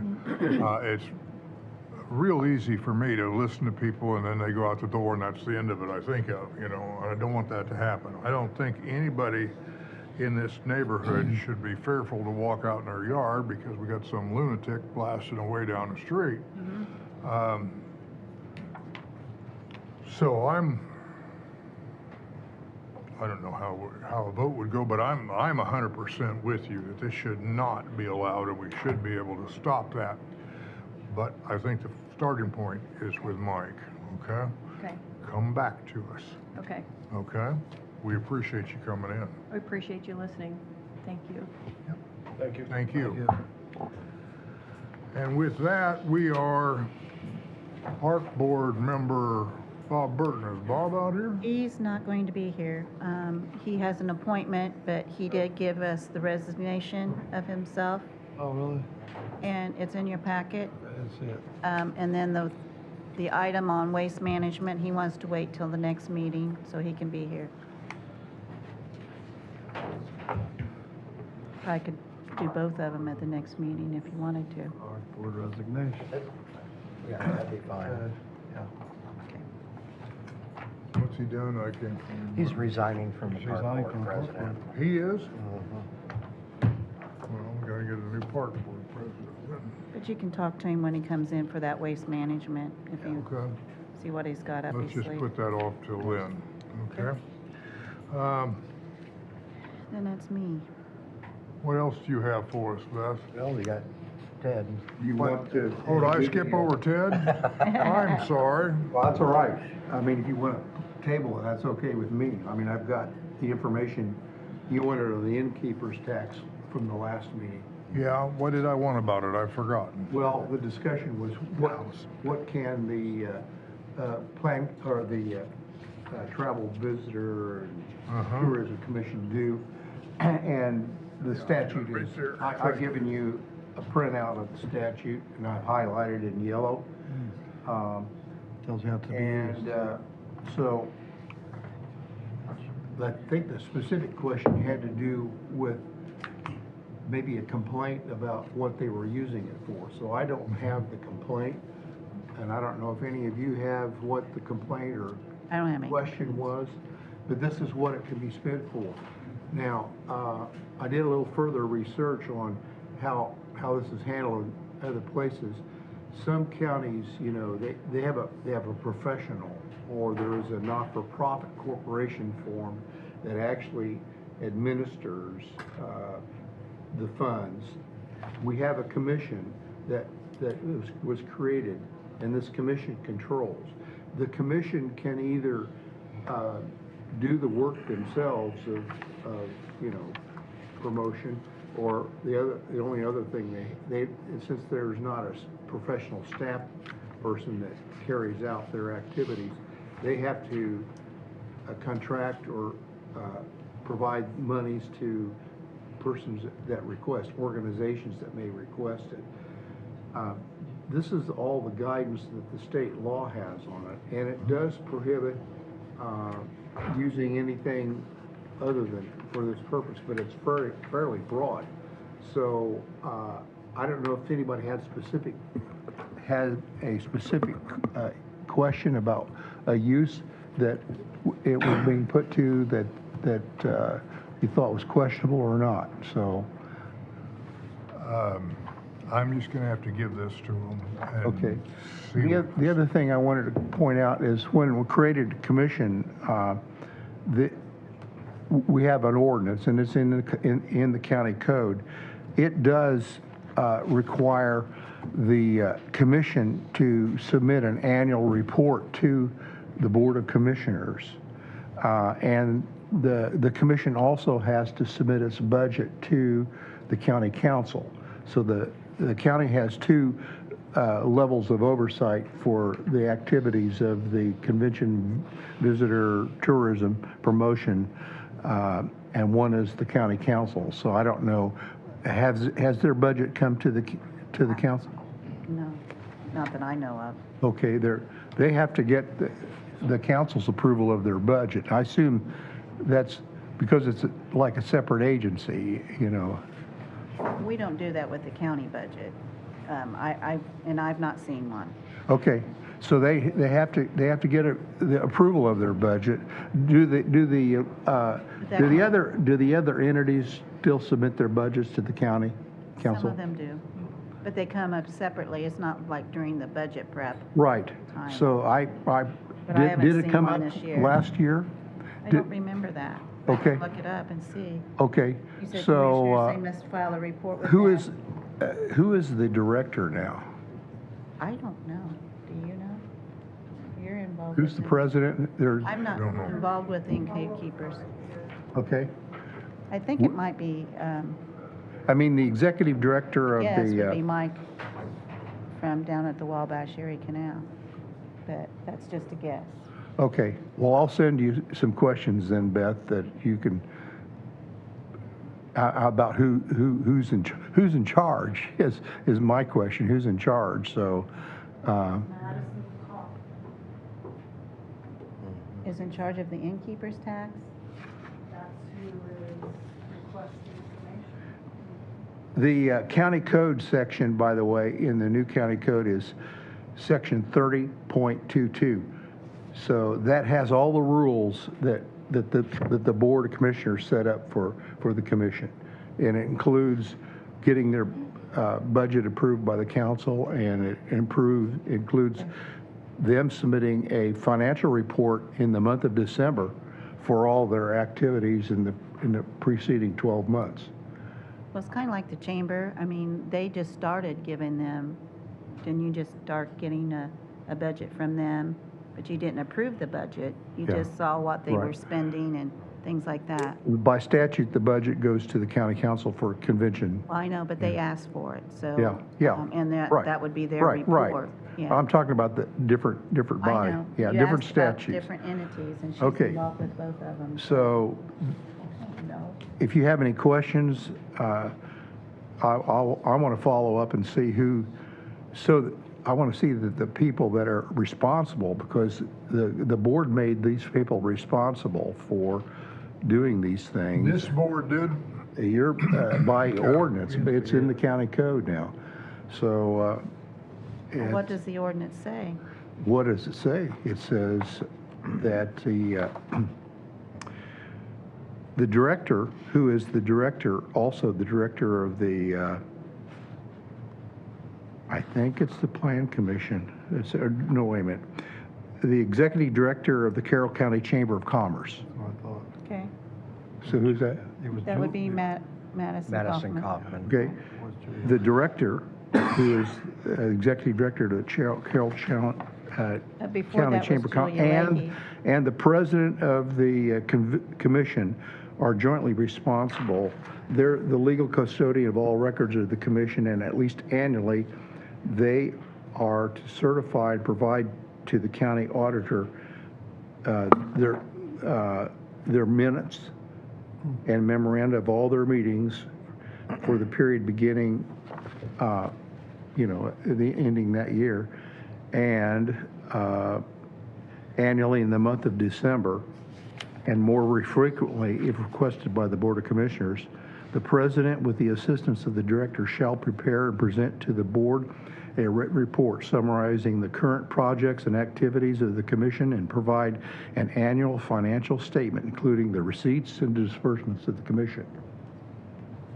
So Well, what I was trying to say is Julia Leahy was the chairman, That's what I and was she thinking. did bring in one, I think, late last year. Okay. So Madison might not know it, and it's not December yet, so I mean, Okay. I don't know. If you give me a copy of that, I'll send it It's to in the him. county code, 30.22. I'll look up the ordinance, thank you. Okay, the ordinance number is ordinance number 2023-05.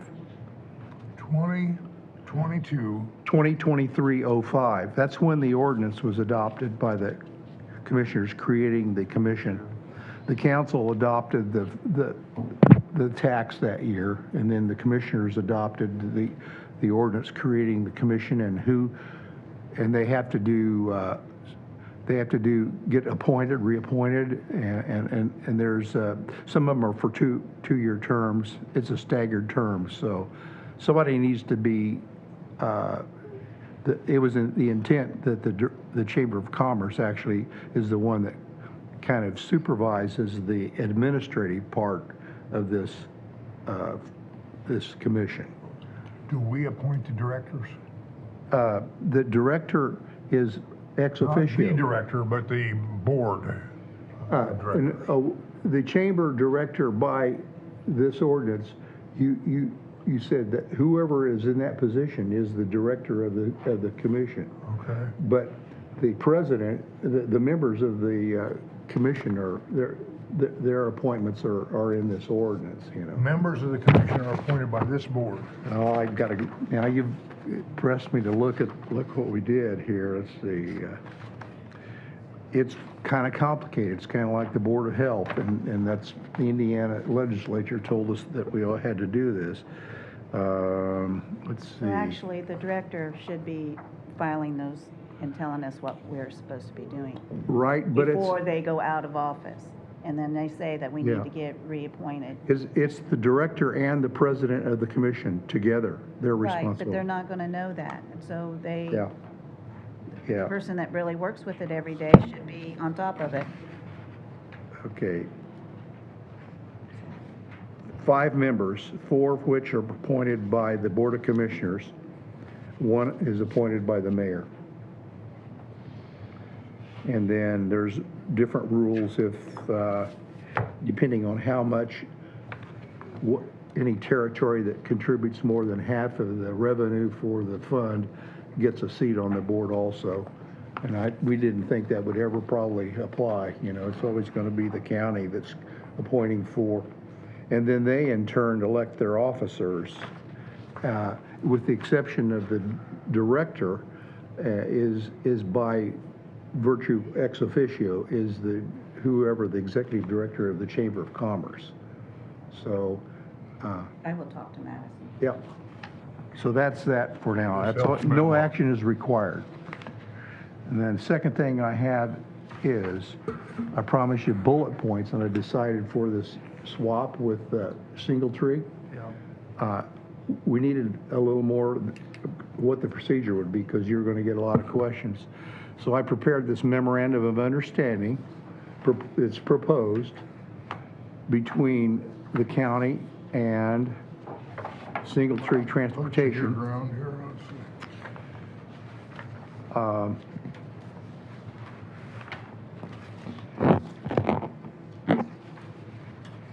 I read part of that.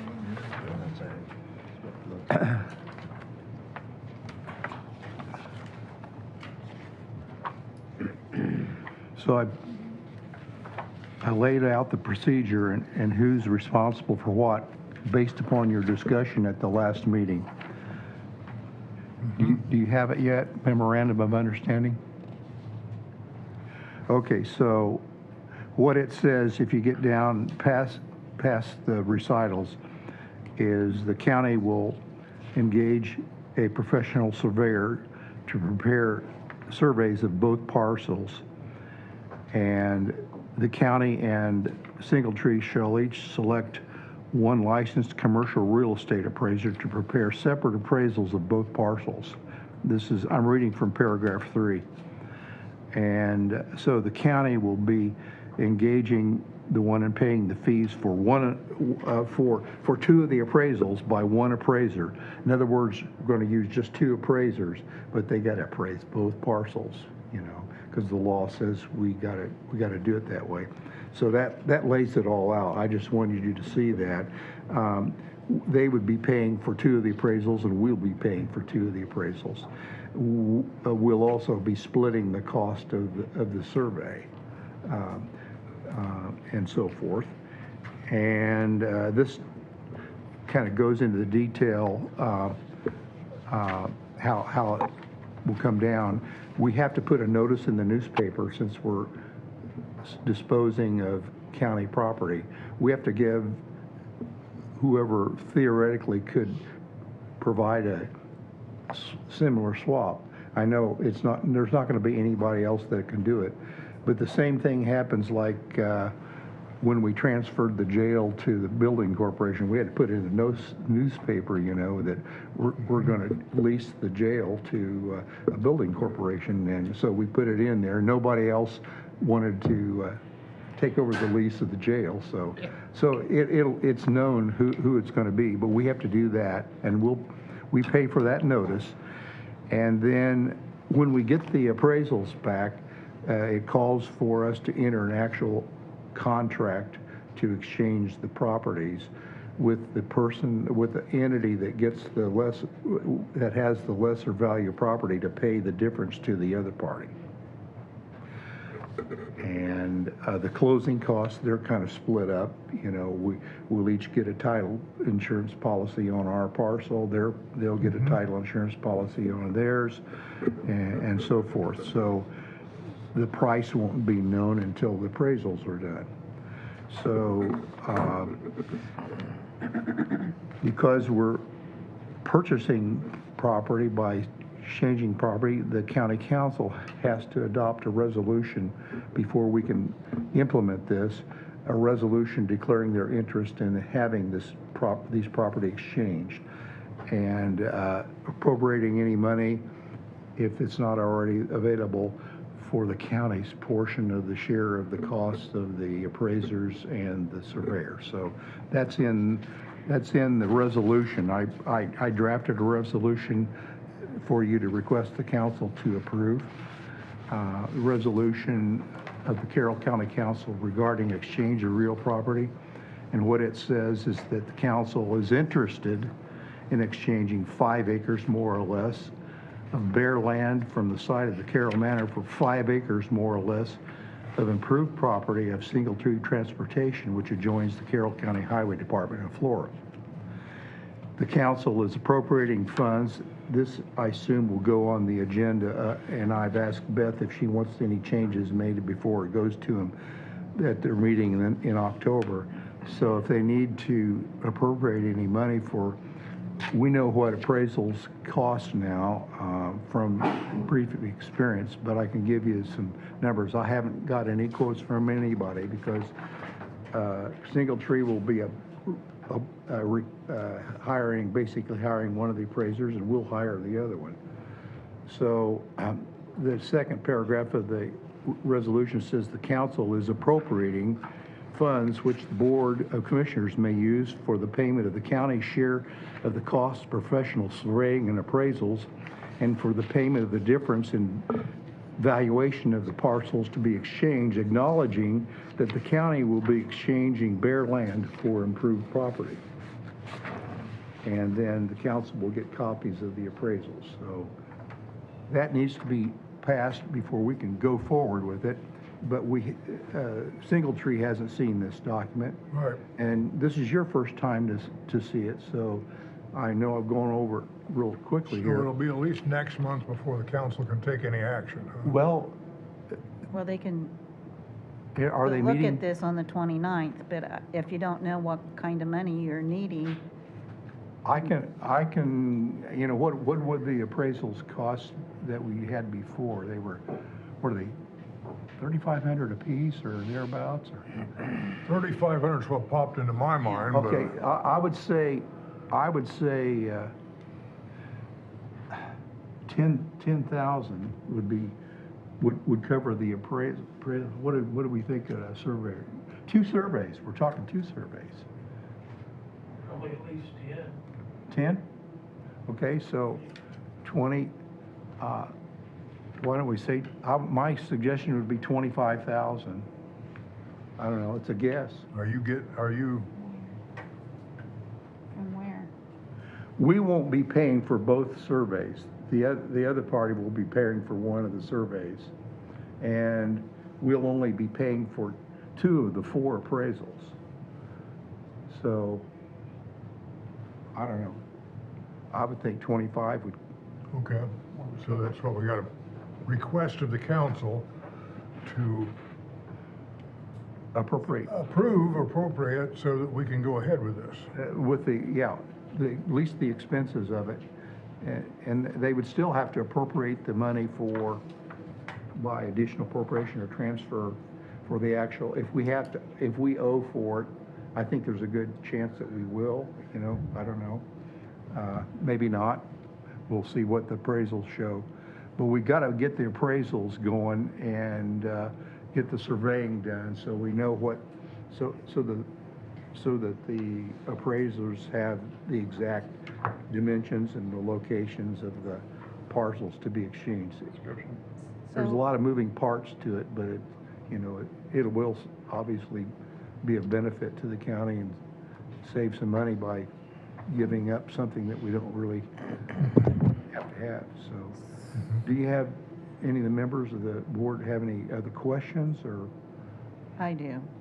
Yes. Where would we get this money from? I mean, is some of it coming from the highway, or is it coming from completely county general, or is it coming from? I don't know what the board- If I have to have that to advertise, Yep, you do. so, Maybe give the council options, you know.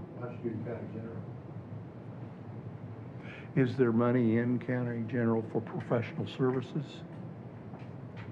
from them, I don't, we just, today we used the last of it. I have to do some transferring. Okay, so the answer is no right now. No, right now. Unless they did an additional for professional services, We could do that. that would be the easiest way. Unless you're going with edit or capital, it would be a capital purchase. You're exchanging real estate, it's a capital asset. Can we do edit? Say it again. Edit? That'd be good. I'm okay. I mean, Edit? you I'm could fine. give, you could Make a suggest, motion. the board could suggest need to make a one motion. or two funds. Okay. I think you did a great job. Okay. So I think we need a motion to advertise it and what from. Can you do that for me? Yep, I'll make a motion that we advertise $25,000 for appraisal survey on the Single Tree property situation from Edit. Edit only.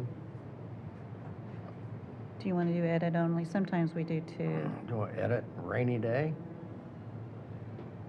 You can do both. I mean, I Do can both and advertise then from both. give you guys a choice? Right. Okay. All right, edit and rainy day. I'll second.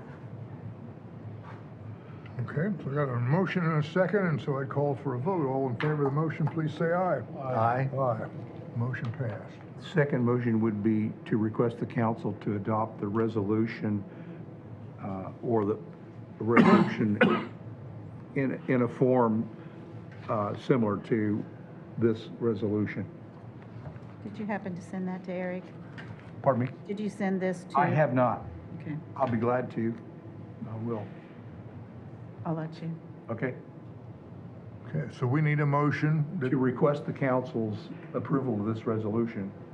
Okay, I'll make the motion that we request the council to adopt a resolution Resolution of interest. of interest, similar to the one that was presented to us today. I'll second. okay. All in favor, please say aye. Aye? Aye. If you want to consider a third motion, it would be to, if you want to approve the form of the memorandum of understanding, but if you want time to look at that and wait until the next meeting, that would be okay too. I Well, don't, we're gonna have to get a copy of that to him, to Mr. Singletree, right? yeah. So it'd be both of us approve the form of it. Right. So you don't have to approve it today. Okay. If you want to take time to look at it, because there may I just be assume that he'd look at it and we can go through interest it. and there may need to be changes made in it. Could we give Hunter a copy of that? Yeah, that's And maybe what I'm you can thinking. Yeah, we drop it can off get- to him today? Because I had a conversation with Hunter Thursday, I believe, concerning maybe in September, potentially the latter part of August, we decided not to go through with the second phase of the Yes. environmental assessment of the Right. property.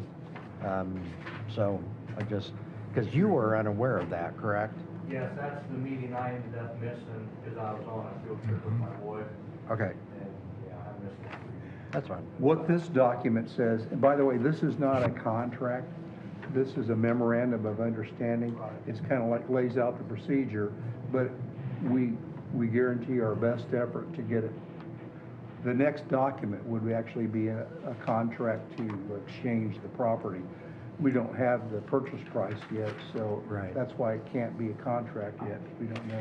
But it does, in the paragraph number 5, the last sentence of paragraph 5 of the memorandum says, "The parties acknowledge the contents of the Phase 1 environmental report prepared for the county on the portion of owner's property which is included in the exchange. What that's saying is both parties are going into this eyes wide open. We know what's there, and the purchase agreement itself, the exchange agreement, will cover this in greater detail. Basically, we're going to be using it for the similar purpose that they're using it, and we're not going to go any further with the environmental studies. Good. Good. So that's all I have today. Don't leave without a copy of that for Mr. Singletree. Okay, thank you, Ted. I want to do something that's not necessarily on the agenda here, but we did set it aside from last time, and that is Dan. The edits are on. Huh? It's, the edit requests are on here. That Dan McCain did not give us anything. Is it on the agenda for edit requests? Is that what you're telling me? I said I put on the 2026 edit request because you said Dan was going to file something and I did not get anything. No, I have called, I hope he's not ill. I have called him and called him. I have called the museum. Try to get the word to him that, he's the one came to me and called me and said, I want on that agenda, if possible. Mm-hmm. And I want him to know it now. That's the only reason I just put 2026 request, because I didn't have anything. Okay. Well, we may have a couple more. I know we have one more, but we, of course, can entertain those and do it with a alteration to our, what is it called? Capital improvement plan. Capital improvement plan. I could have dug forever in my mind and wouldn't have pulled that up. But a capital improvement plan, we can amend that at any time. But I want to introduce my son out here, Ross Brown, and if you can you come up here to it, Ross? Ross is trying to get over some real severe back injury. He has a request to put in, and due to the nature of the fact that he's my son, I'm going to leave, okay? And I will have to ask for Ted's advice on how this should be handled, but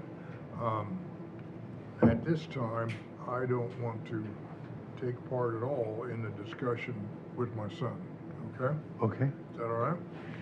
You guys holler at me when you're done, okay? You can go ahead, Ron. Okay. Well, so yes, I'm Ross Brown. I'm the village blacksmith in Cutler, Indiana. I also own and operate the Cutler Small Shops celebration, which goes on the last Saturday of every month, all year long. So we do at least 12 events. Plus, we're open through the month. So I want to request $20,000 from the edit money for improvements to the main building where we have our small shops in at the moment.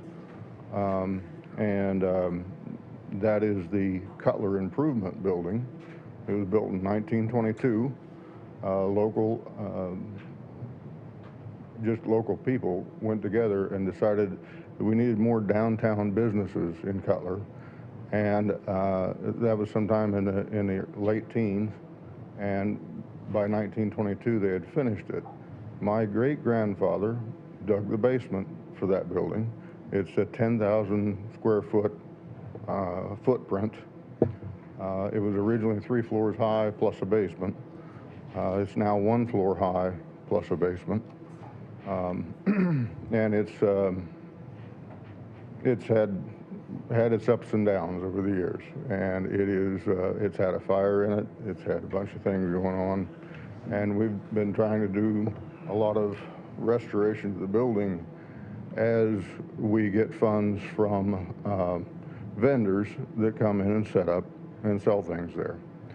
I've also then, the whole town has had setbacks, a lot of setbacks through the last 5 years of the small shop celebration. So we've been doing that for 5 years, and I've been working there in the town for 8 years. Although I did do shows originally in 1985 or 1989 in Cutler, doing the blacksmithing. So what the $20,000 would go for is I have 1/4 of the ground floor is gutted. The floor was falling in. It had been falling in for probably 30 years and had been propped up, and finally it was just crumbling to the point where that it's time to go.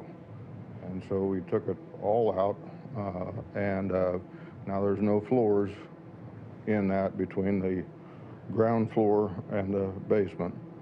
And so that money would go towards putting in a new floor, restoring that room with electricity, and maybe some painting and some trim work. It would all be done, it would only go for materials. It would all be done by volunteer labor. And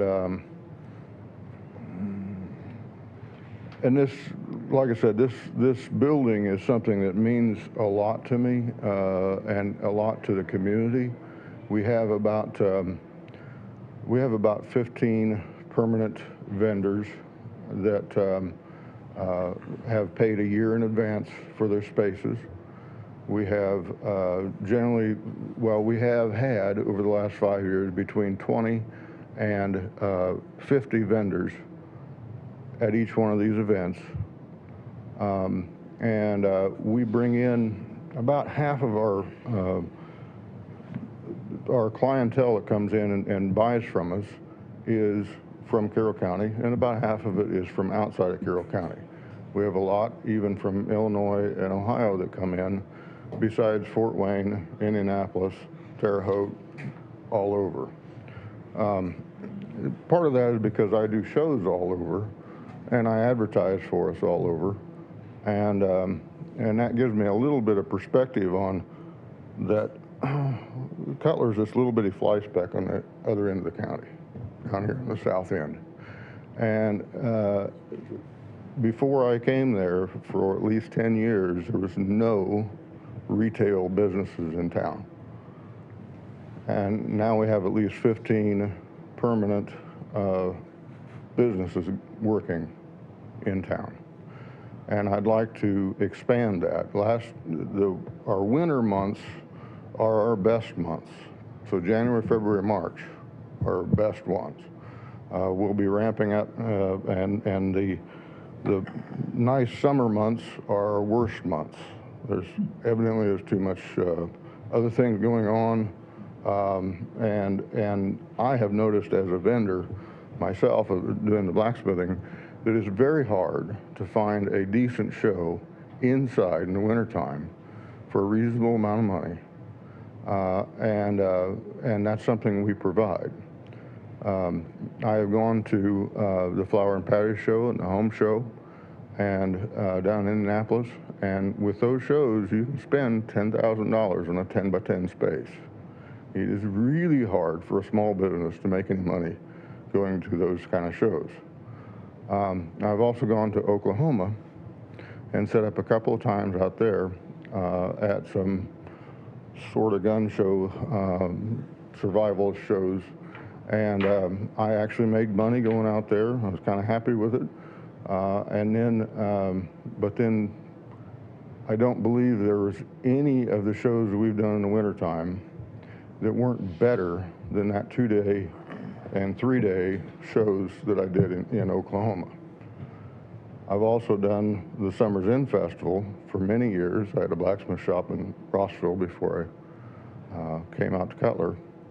And the Summer's Inn Festival, the very best shows that I've done there are not equal to my very worst shows that we've done in Cutler. So there's a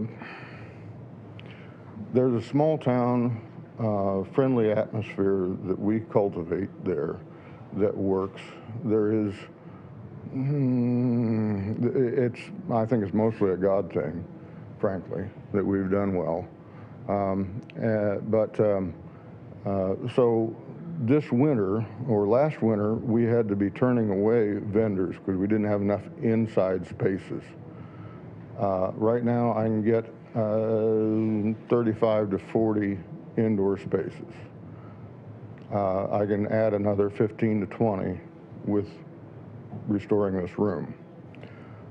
So we are bringing people into Carroll County. We are an economic help to the county. We are developing and we are growing there in Cutler. And I'd like to grow a little faster than what we've been growing all I do is I take the money from the vendors that they pay me for the spaces and I put it back into advertising and to the building. And we're also working at having some outdoor buildings, some small shops, so that are outside. But to think about then Cutler, a lot of local, and what I've noticed is that local people don't get as excited about Cutler as people that come from Indianapolis or from an hour plus away. They're the ones that really like it. I had some folks from Chicago. They're real strong Chicago accent, right downtown Chicago kind of people. And they were just thrilled with coming through Cutler. Now there are ones that are, at least one of the party was a customer of mine at the Covered Bridge Festival. So they had heard about it from me and came in here, and we're going to come in much more often. It's just really wonderful. And I think that when you have a little town like Cutler in a county that the local county says it's Cutler, who cares? Why would anybody go to Cutler to sell something? Now, I want to compare that to like Nashville, Indiana. Nashville, Indiana, started as a artist colony and has grown into something that's really worthwhile. Lots of sales, lots of stuff going on there. But they've been doing it for 50 years. We've been doing it for 5. You go to the Covered Bridge Festival, and I've been 12 years at Mansfield, and then now 12 years at Bridgeton. Bridgeton's a little bigger than Cutler, but it's, I don't think it's as big as Burlington. It's a little flashback town. Mansfield, while I was working there, it had 6 permanent residents. Mansfield is much smaller than Cutler, and it brings in millions of dollars to that area. We also have, where I also set up at Friendship, Indiana, National Muzzleloader Shoot down near Cincinnati and Aurora and Rising Sun, just on this side of the state line from Cincinnati. And it's a town that's the size of Cutler, maybe a little smaller, and it brings in millions of dollars twice a year for 10-day shows down there. We are wanting to do more than what we're doing, but we're a little bit inhibited, and like right now, I am damaged and not going to be going to the Covered Bridge Festival, so that is money that I cannot turn around and take and put into infrastructure in this building and repair this floor. And so that will mean then that I'm turning away, probably, I never know, but probably will be turning away people again this winter. Vendors wanting to sell things and mostly Carroll Countyans, because we have about 80% are Carroll County vendors, and about 20% come in from outside of the county. So this is a help for Carroll County people to sell in Carroll County to outside of Carroll County.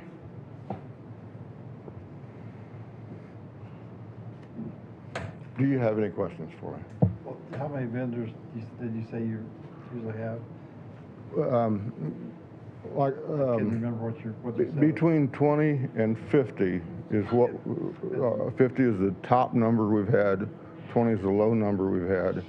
Also of attendance, I would say the low number we've had is 200, and the top number we had, had a counter, and then we took away a lot for vendors going in and out, and people that were going in and out more than once. And we had one person just sit there and watch for all that, plus the counter. And we came up with 2,700 people, and that was the busiest one that we've recorded. And that was February. That's pretty good. Which, you know, if you have a yard barn in the front and you're doing sales out of your home, you can't do any business in February. It just doesn't work that way. Nobody gets out of their car to go into, especially an unheated building. My building's heated. It's real pain to heat, but I heat it. So it is an economic boon for Carroll County. And I'll give you one other number, is that I have 5,700 followers on my Facebook page. And I thought about comparing it to some other Carroll County businesses and entities and such, and then I thought, no, I don't want to be cooler online than everybody else. I just want to be say that we have a pretty good following, and I have a following from as far as New Zealand. Now, there's a outdoor cooking group in New Zealand that is has liked our page and comments on our page every time, and would like to buy equipment from me, but the shipping is so unreasonable, it's just not feasible. Ross, is this a building on the east end? Yes. Okay, It's I remember. yeah, the old brick building there in town has a red roof on it. That's a pole barn type roof, because it was in the 90s it blew in the upper floors of it, and Don Roberson had his pole barn company, and he cut it down to that one floor.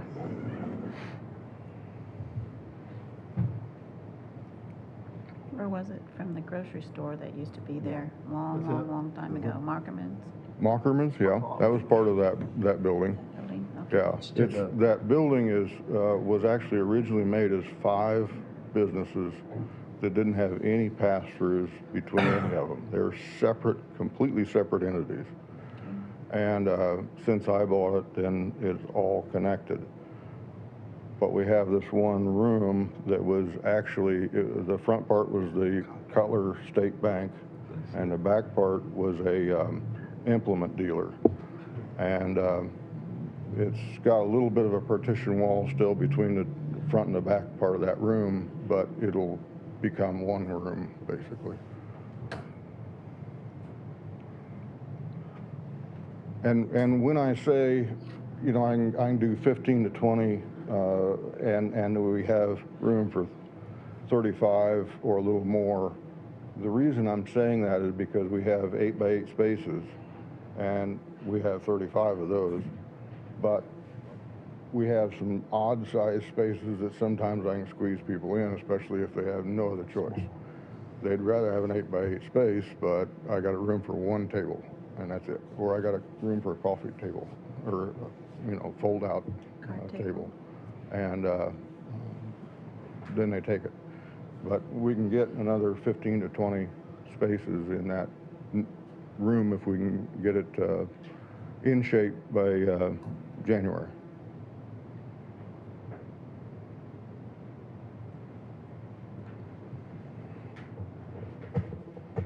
Well, this money would be advertised, and then you would get that money next year. You wouldn't be getting the money this year, you'd be getting it next year. And that's fine. It's Just wanted to make sure. I heard about it after it was really done. So, and at first I wasn't at all excited about the idea of asking for any money. And then I got thinking about it and thought, well, you know, our vendors deserve me going and asking so that we can accommodate them. Well, if you don't ask, it's guaranteed you're not gonna get anything. Exactly. And so, yeah. We can't guarantee. But I appreciate your time, and I hope I wasn't too long-winded. Thank you very much. Very good. Thanks, Ross.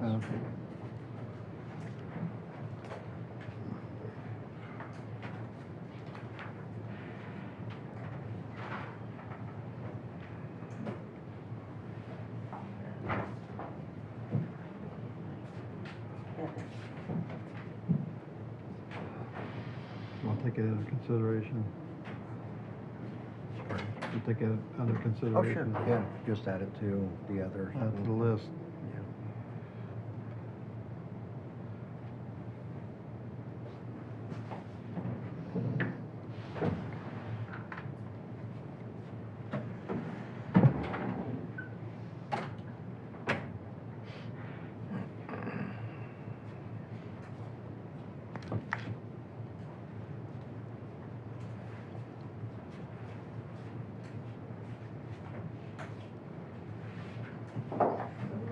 Talk about those edits?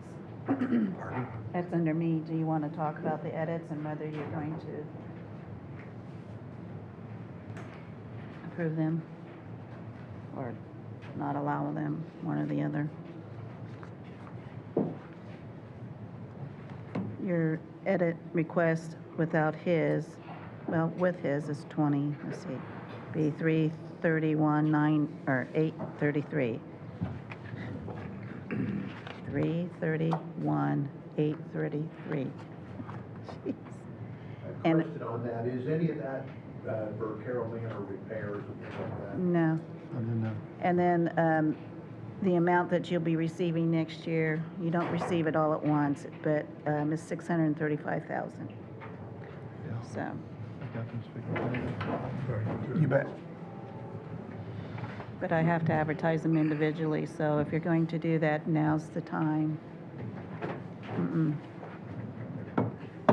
I'd like to address the commissioners, if we could put in a request for $30,000 for Carroll Manor repairs on the building and getting more rooms ready. I'm not sure that this is the time to bring it up or not, but I am going to do it anyway, I guess, to see what your thoughts are. Does that include with the activity room? Yeah, the activity room's got issues. Right. There's money that needs to go out to pay for repairs that haven't been paid for yet. You know, there's just quite a few things that are popping up like that activity room, and so if you guys could request that, you know. Probably more than 30,000. Well, I mean, that's true. I mean, you're right. We don't. Do you have any bids yet on the activity room repairs on the roof? Nothing solid, I've heard. I mean, she's contacted some people, but I haven't heard any figures. Yeah. There's been figures thrown around, but they're not accurate, I don't think. Uh-huh. I would like to suggest that we do the ones that we already had, because you're going to have Dan McCain, and he can write up something that is for Carroll Manor, because we don't have anything in writing. And then you have Ross's that Yeah. you could do now, or you could, because he did present it and knows what he actually wants, or we can just skip over it and keep on going, but I gotta get advertised sometime. My question for Mr. Ryder here is that can't be taken care of in regular budgeting that you've got coming up here?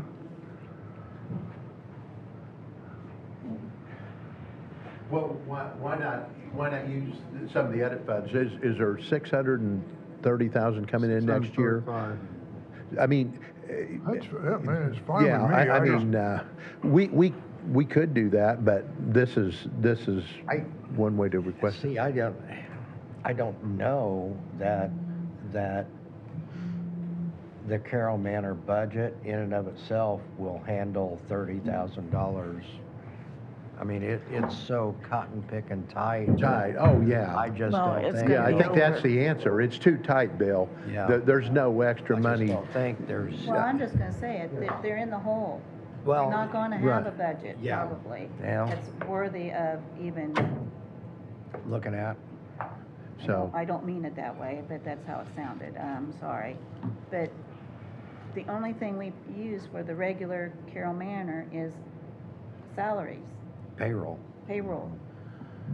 And so we have the donation funds, and she came in, Kim and I have been talking, and we're using your funds, but she got some bills from you, from the sewer, that had never been in her office yet, and so that's gonna take her over on that.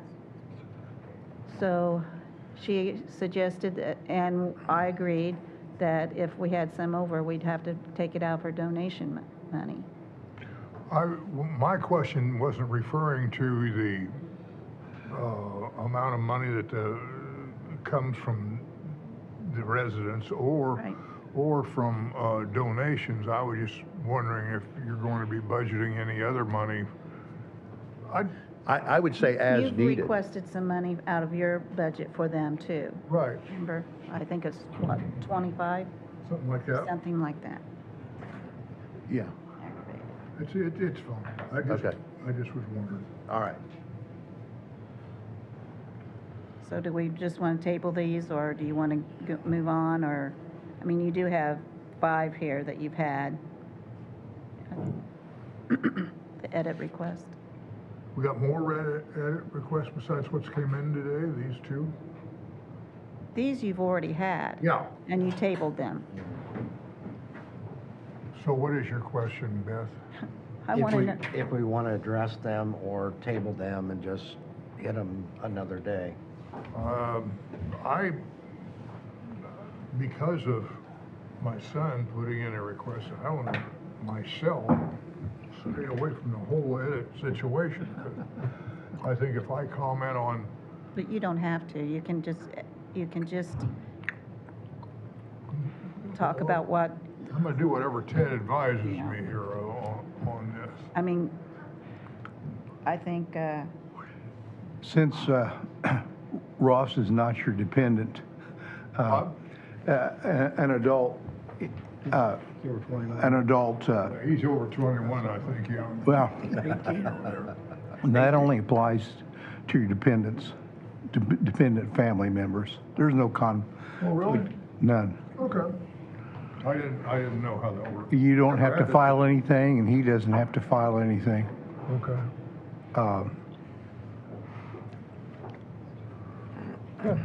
You could have participated, you could have heard the presentation. I mean, I understand. And I understand completely, because I know past board members that I've worked with, they don't want to have anything to do with it, but, I didn't want to shade it in any way. Where are we now to go ahead with the agenda? Or, so we're tabling these? yes, Okay. Yeah. Can I have a motion? motion to table. so moved. So moved. Second. Second? Okay, got a I would motion like and to a make second. one comment, though, because of the process on edit requests, because we have built up, edit. Okay. The statute isn't enforced. You're supposed to spend 75% of it in a two-year period, or it's kind of a rolling 2-year period. And I don't know if anybody's ever looked at that, and the Board of Accounts doesn't look into it. That's In the all first the I've years ever that I've heard been of doing that. this. Pardon me? That's the first I've ever heard of that. Yeah, there's a rolling 75% rule, but I don't know of anybody that follows it. The process of using it is very simple, and since they eliminated any, you know, it doesn't even have to be related to economic development anymore. No, it can You be- know, it can it be can be used for general, anything. anything that's general fund. Okay, so if it's something that's really needed and it's economic development, you don't have to do this on an annual basis. If you have funds, you can amend your capital improvement plan at any time, the 2025 capital improvement plan. I think it's probably good to look at it on a year basis, but if things come up, you can amend your 2025 capital improvement plan at any time. So I just mentioned that so that you're not constrained in your thinking that we have to do this a year in advance of expenditure. You do not have to do that. But, I'm gonna put a but in there with Okay. that, is I have people calling me All the because they're, time. well, no, because they're doing their budgets, Yep, and they oh, need to yeah. know if they're gonna get that Yep. money. If they're not, they wanna look elsewhere. Yeah, You know. that's a good point. So I'm just gonna tell them it's tabled until October 20th. Yeah, Oh, is that Is that right? okay? sure. Okay. Now, the other thing I have on the agenda was the ARPA request, and this is just, a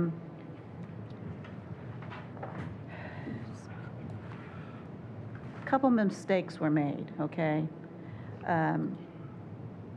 The first one is being the animal control. When he turned this in, it was for $11,166,000, and it says the total right here.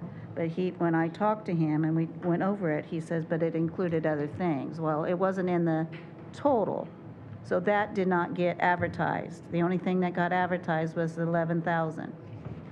Well, then he had the payment for the dog kennel, the equipment and electrical unit put in, and when they filed the claim, this is the second one, this claim said on the front to come out of repair and maintenance. So that's what happened. Well, then when he got the check, I got this back and saying, no, it comes out of ARPA. Nowhere was $4,000 ever advertised. So that's what I'm doing today, is I would like for you to accept the $4,000 coming out of the ARPA as he had planned, and he's not here anymore, but we did talk about it together.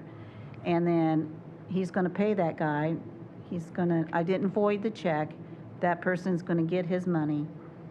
And then when we do this we're gonna switch it like we did the elevator type thing. But the council has to go along with that too, so, but it's clearly was written from where they told us to write it from, and it wasn't ARPA. And so what would you like for us to do? I would We like, want to approve, was it $4,000 out of ARPA? and it's ARPA interest. I'd kind of like to ARPA keep that interest, okay. separate. And ARPA like interest. in September, we brought in almost $3,000, so we've got it in there, and we're not, Right. yeah. And I think Beth and I had a conversation a month and a half, or maybe 2 months ago. I feel certain when the dog kennel, because the jail wasn't built yet, but the dog kennel was an issue, and I feel fairly confident that we initially approved $15,000 for putting kennels out there. So maybe that's where the 11,000 and the That might extra be, but 4,000. this quote right here that he presented to me was 11,166. And that's what got advertised, because Right. I didn't come over here and add all that up. I mean, I just thought it was part of this, and actually, if you're gonna file something, a proposal, you should do the whole thing. Right. So given that, He's I'll not make upset, by the way. I'll make a motion that we utilize ARPA interest in the amount of $4,000 to offset the cost of the claim that has been presented to Beth. That's for the kennel. I'll second. You second? Okay, so I got a motion and a second. And I'm not gonna reread, I'll just call for a vote. All in favor, please say aye. Aye. Aye. Motion passed. Are you done, Beth? Yeah, I'm done. Okay. Well, wait a minute, I do have one thing. The Okay. Purdue opioid emails that we've been getting, a lot of counties did not do that, but I did find what we did with our original opioid. And it was between the county commissioners and the Mental Health America Wabash Valley region. That has nothing to do with Purdue. So it's not like a continuation, or it's not, is what I've been told, or a renewal, okay? I think, Scott, you asked me if it was a renewal. Yeah. But they haven't brought anything forth. They came in, a couple months ago? Can't think of her name, but she reported on it, but said she was going to come back, but we haven't heard. And I've talked to the judge who's really active in it, or used to be anyway, and nothing's been going on. So I say, I must have been No. the only commissioner that received those emails. I don't know, I didn't get them. Yeah, because I talked to Lauren, he had. I did, I looked back, I did have them. Okay. I didn't get them either, but I then didn't it get kind of back got with me, because then when you started getting them, I thought, okay, what's going on? So I did look this up, and we have this, and it's still active, and we Okay. still have money that they can pick up, because we've been getting money since then, okay? Very good. All right. Now I'm done. Okay. We have other commissioners' business down here. Courthouse grounds application by Delphi American Legion Post. All I gotta do is find it in my messed up file here. One of you guys got it? I do. It's right there.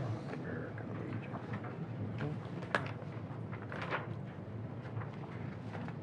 Oh, here it is. I got it right here in my hand. Huh. I guess I'd like to make a motion on both of the courthouse grounds application, one for American Legion for Veterans Day, I believe, and one for Delphi Parks Board, use of the restrooms for their 5K event, I believe. Okay. I haven't even seen that one. October 18th. Here we go. You also have another one that I gave to Bill from Dale Seward. We have another one, yeah. Oh, yeah. For, I gave it to him, but you can do those two and then do his or whatever. well, I'll just include that, another usage from Carroll County Republican, We the People, on, I believe, October 14th. Yes, sir. For birthday celebration, Okay. So all three of them then. right? I'll second. Okay, so I got a motion and a second for 3 different uses of the courthouse grounds or restrooms. Those in favor of the motion, please say aye. Aye. Motion passed.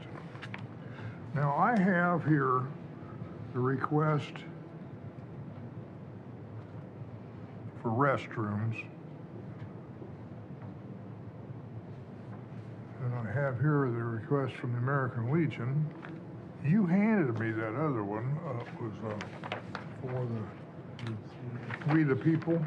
Mhm. That came in late, that's my fault. Well, I mean, yeah, but. Well, we're gonna hold you responsible for it. Yes, you do.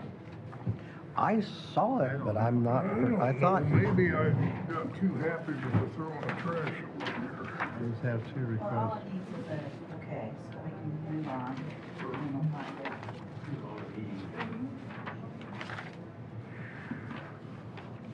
This isn't for before.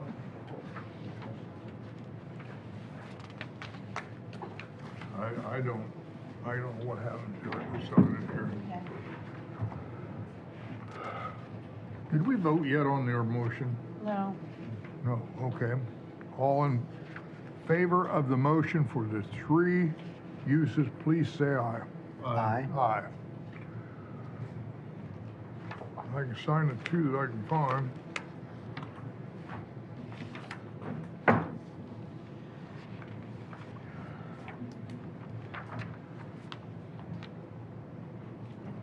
Well, you tried, Dale. Okay, I have another situation, and Susan is here to help with that. It's anytime that a department head or an employee is going to buy airline tickets, it has to be approved by the commissioners, and it's in our personnel policy handbook. So I would like for you to, she's going to explain why she had airplane tickets, and then, I'm asking for forgiveness instead of approval today. I apologize. I was not aware of that, so I will well, it's be not looking very back. rare. It's We very had rare. a CASA conference in California, and it was last week. So I went from Tuesday flew out Tuesday and came back Saturday.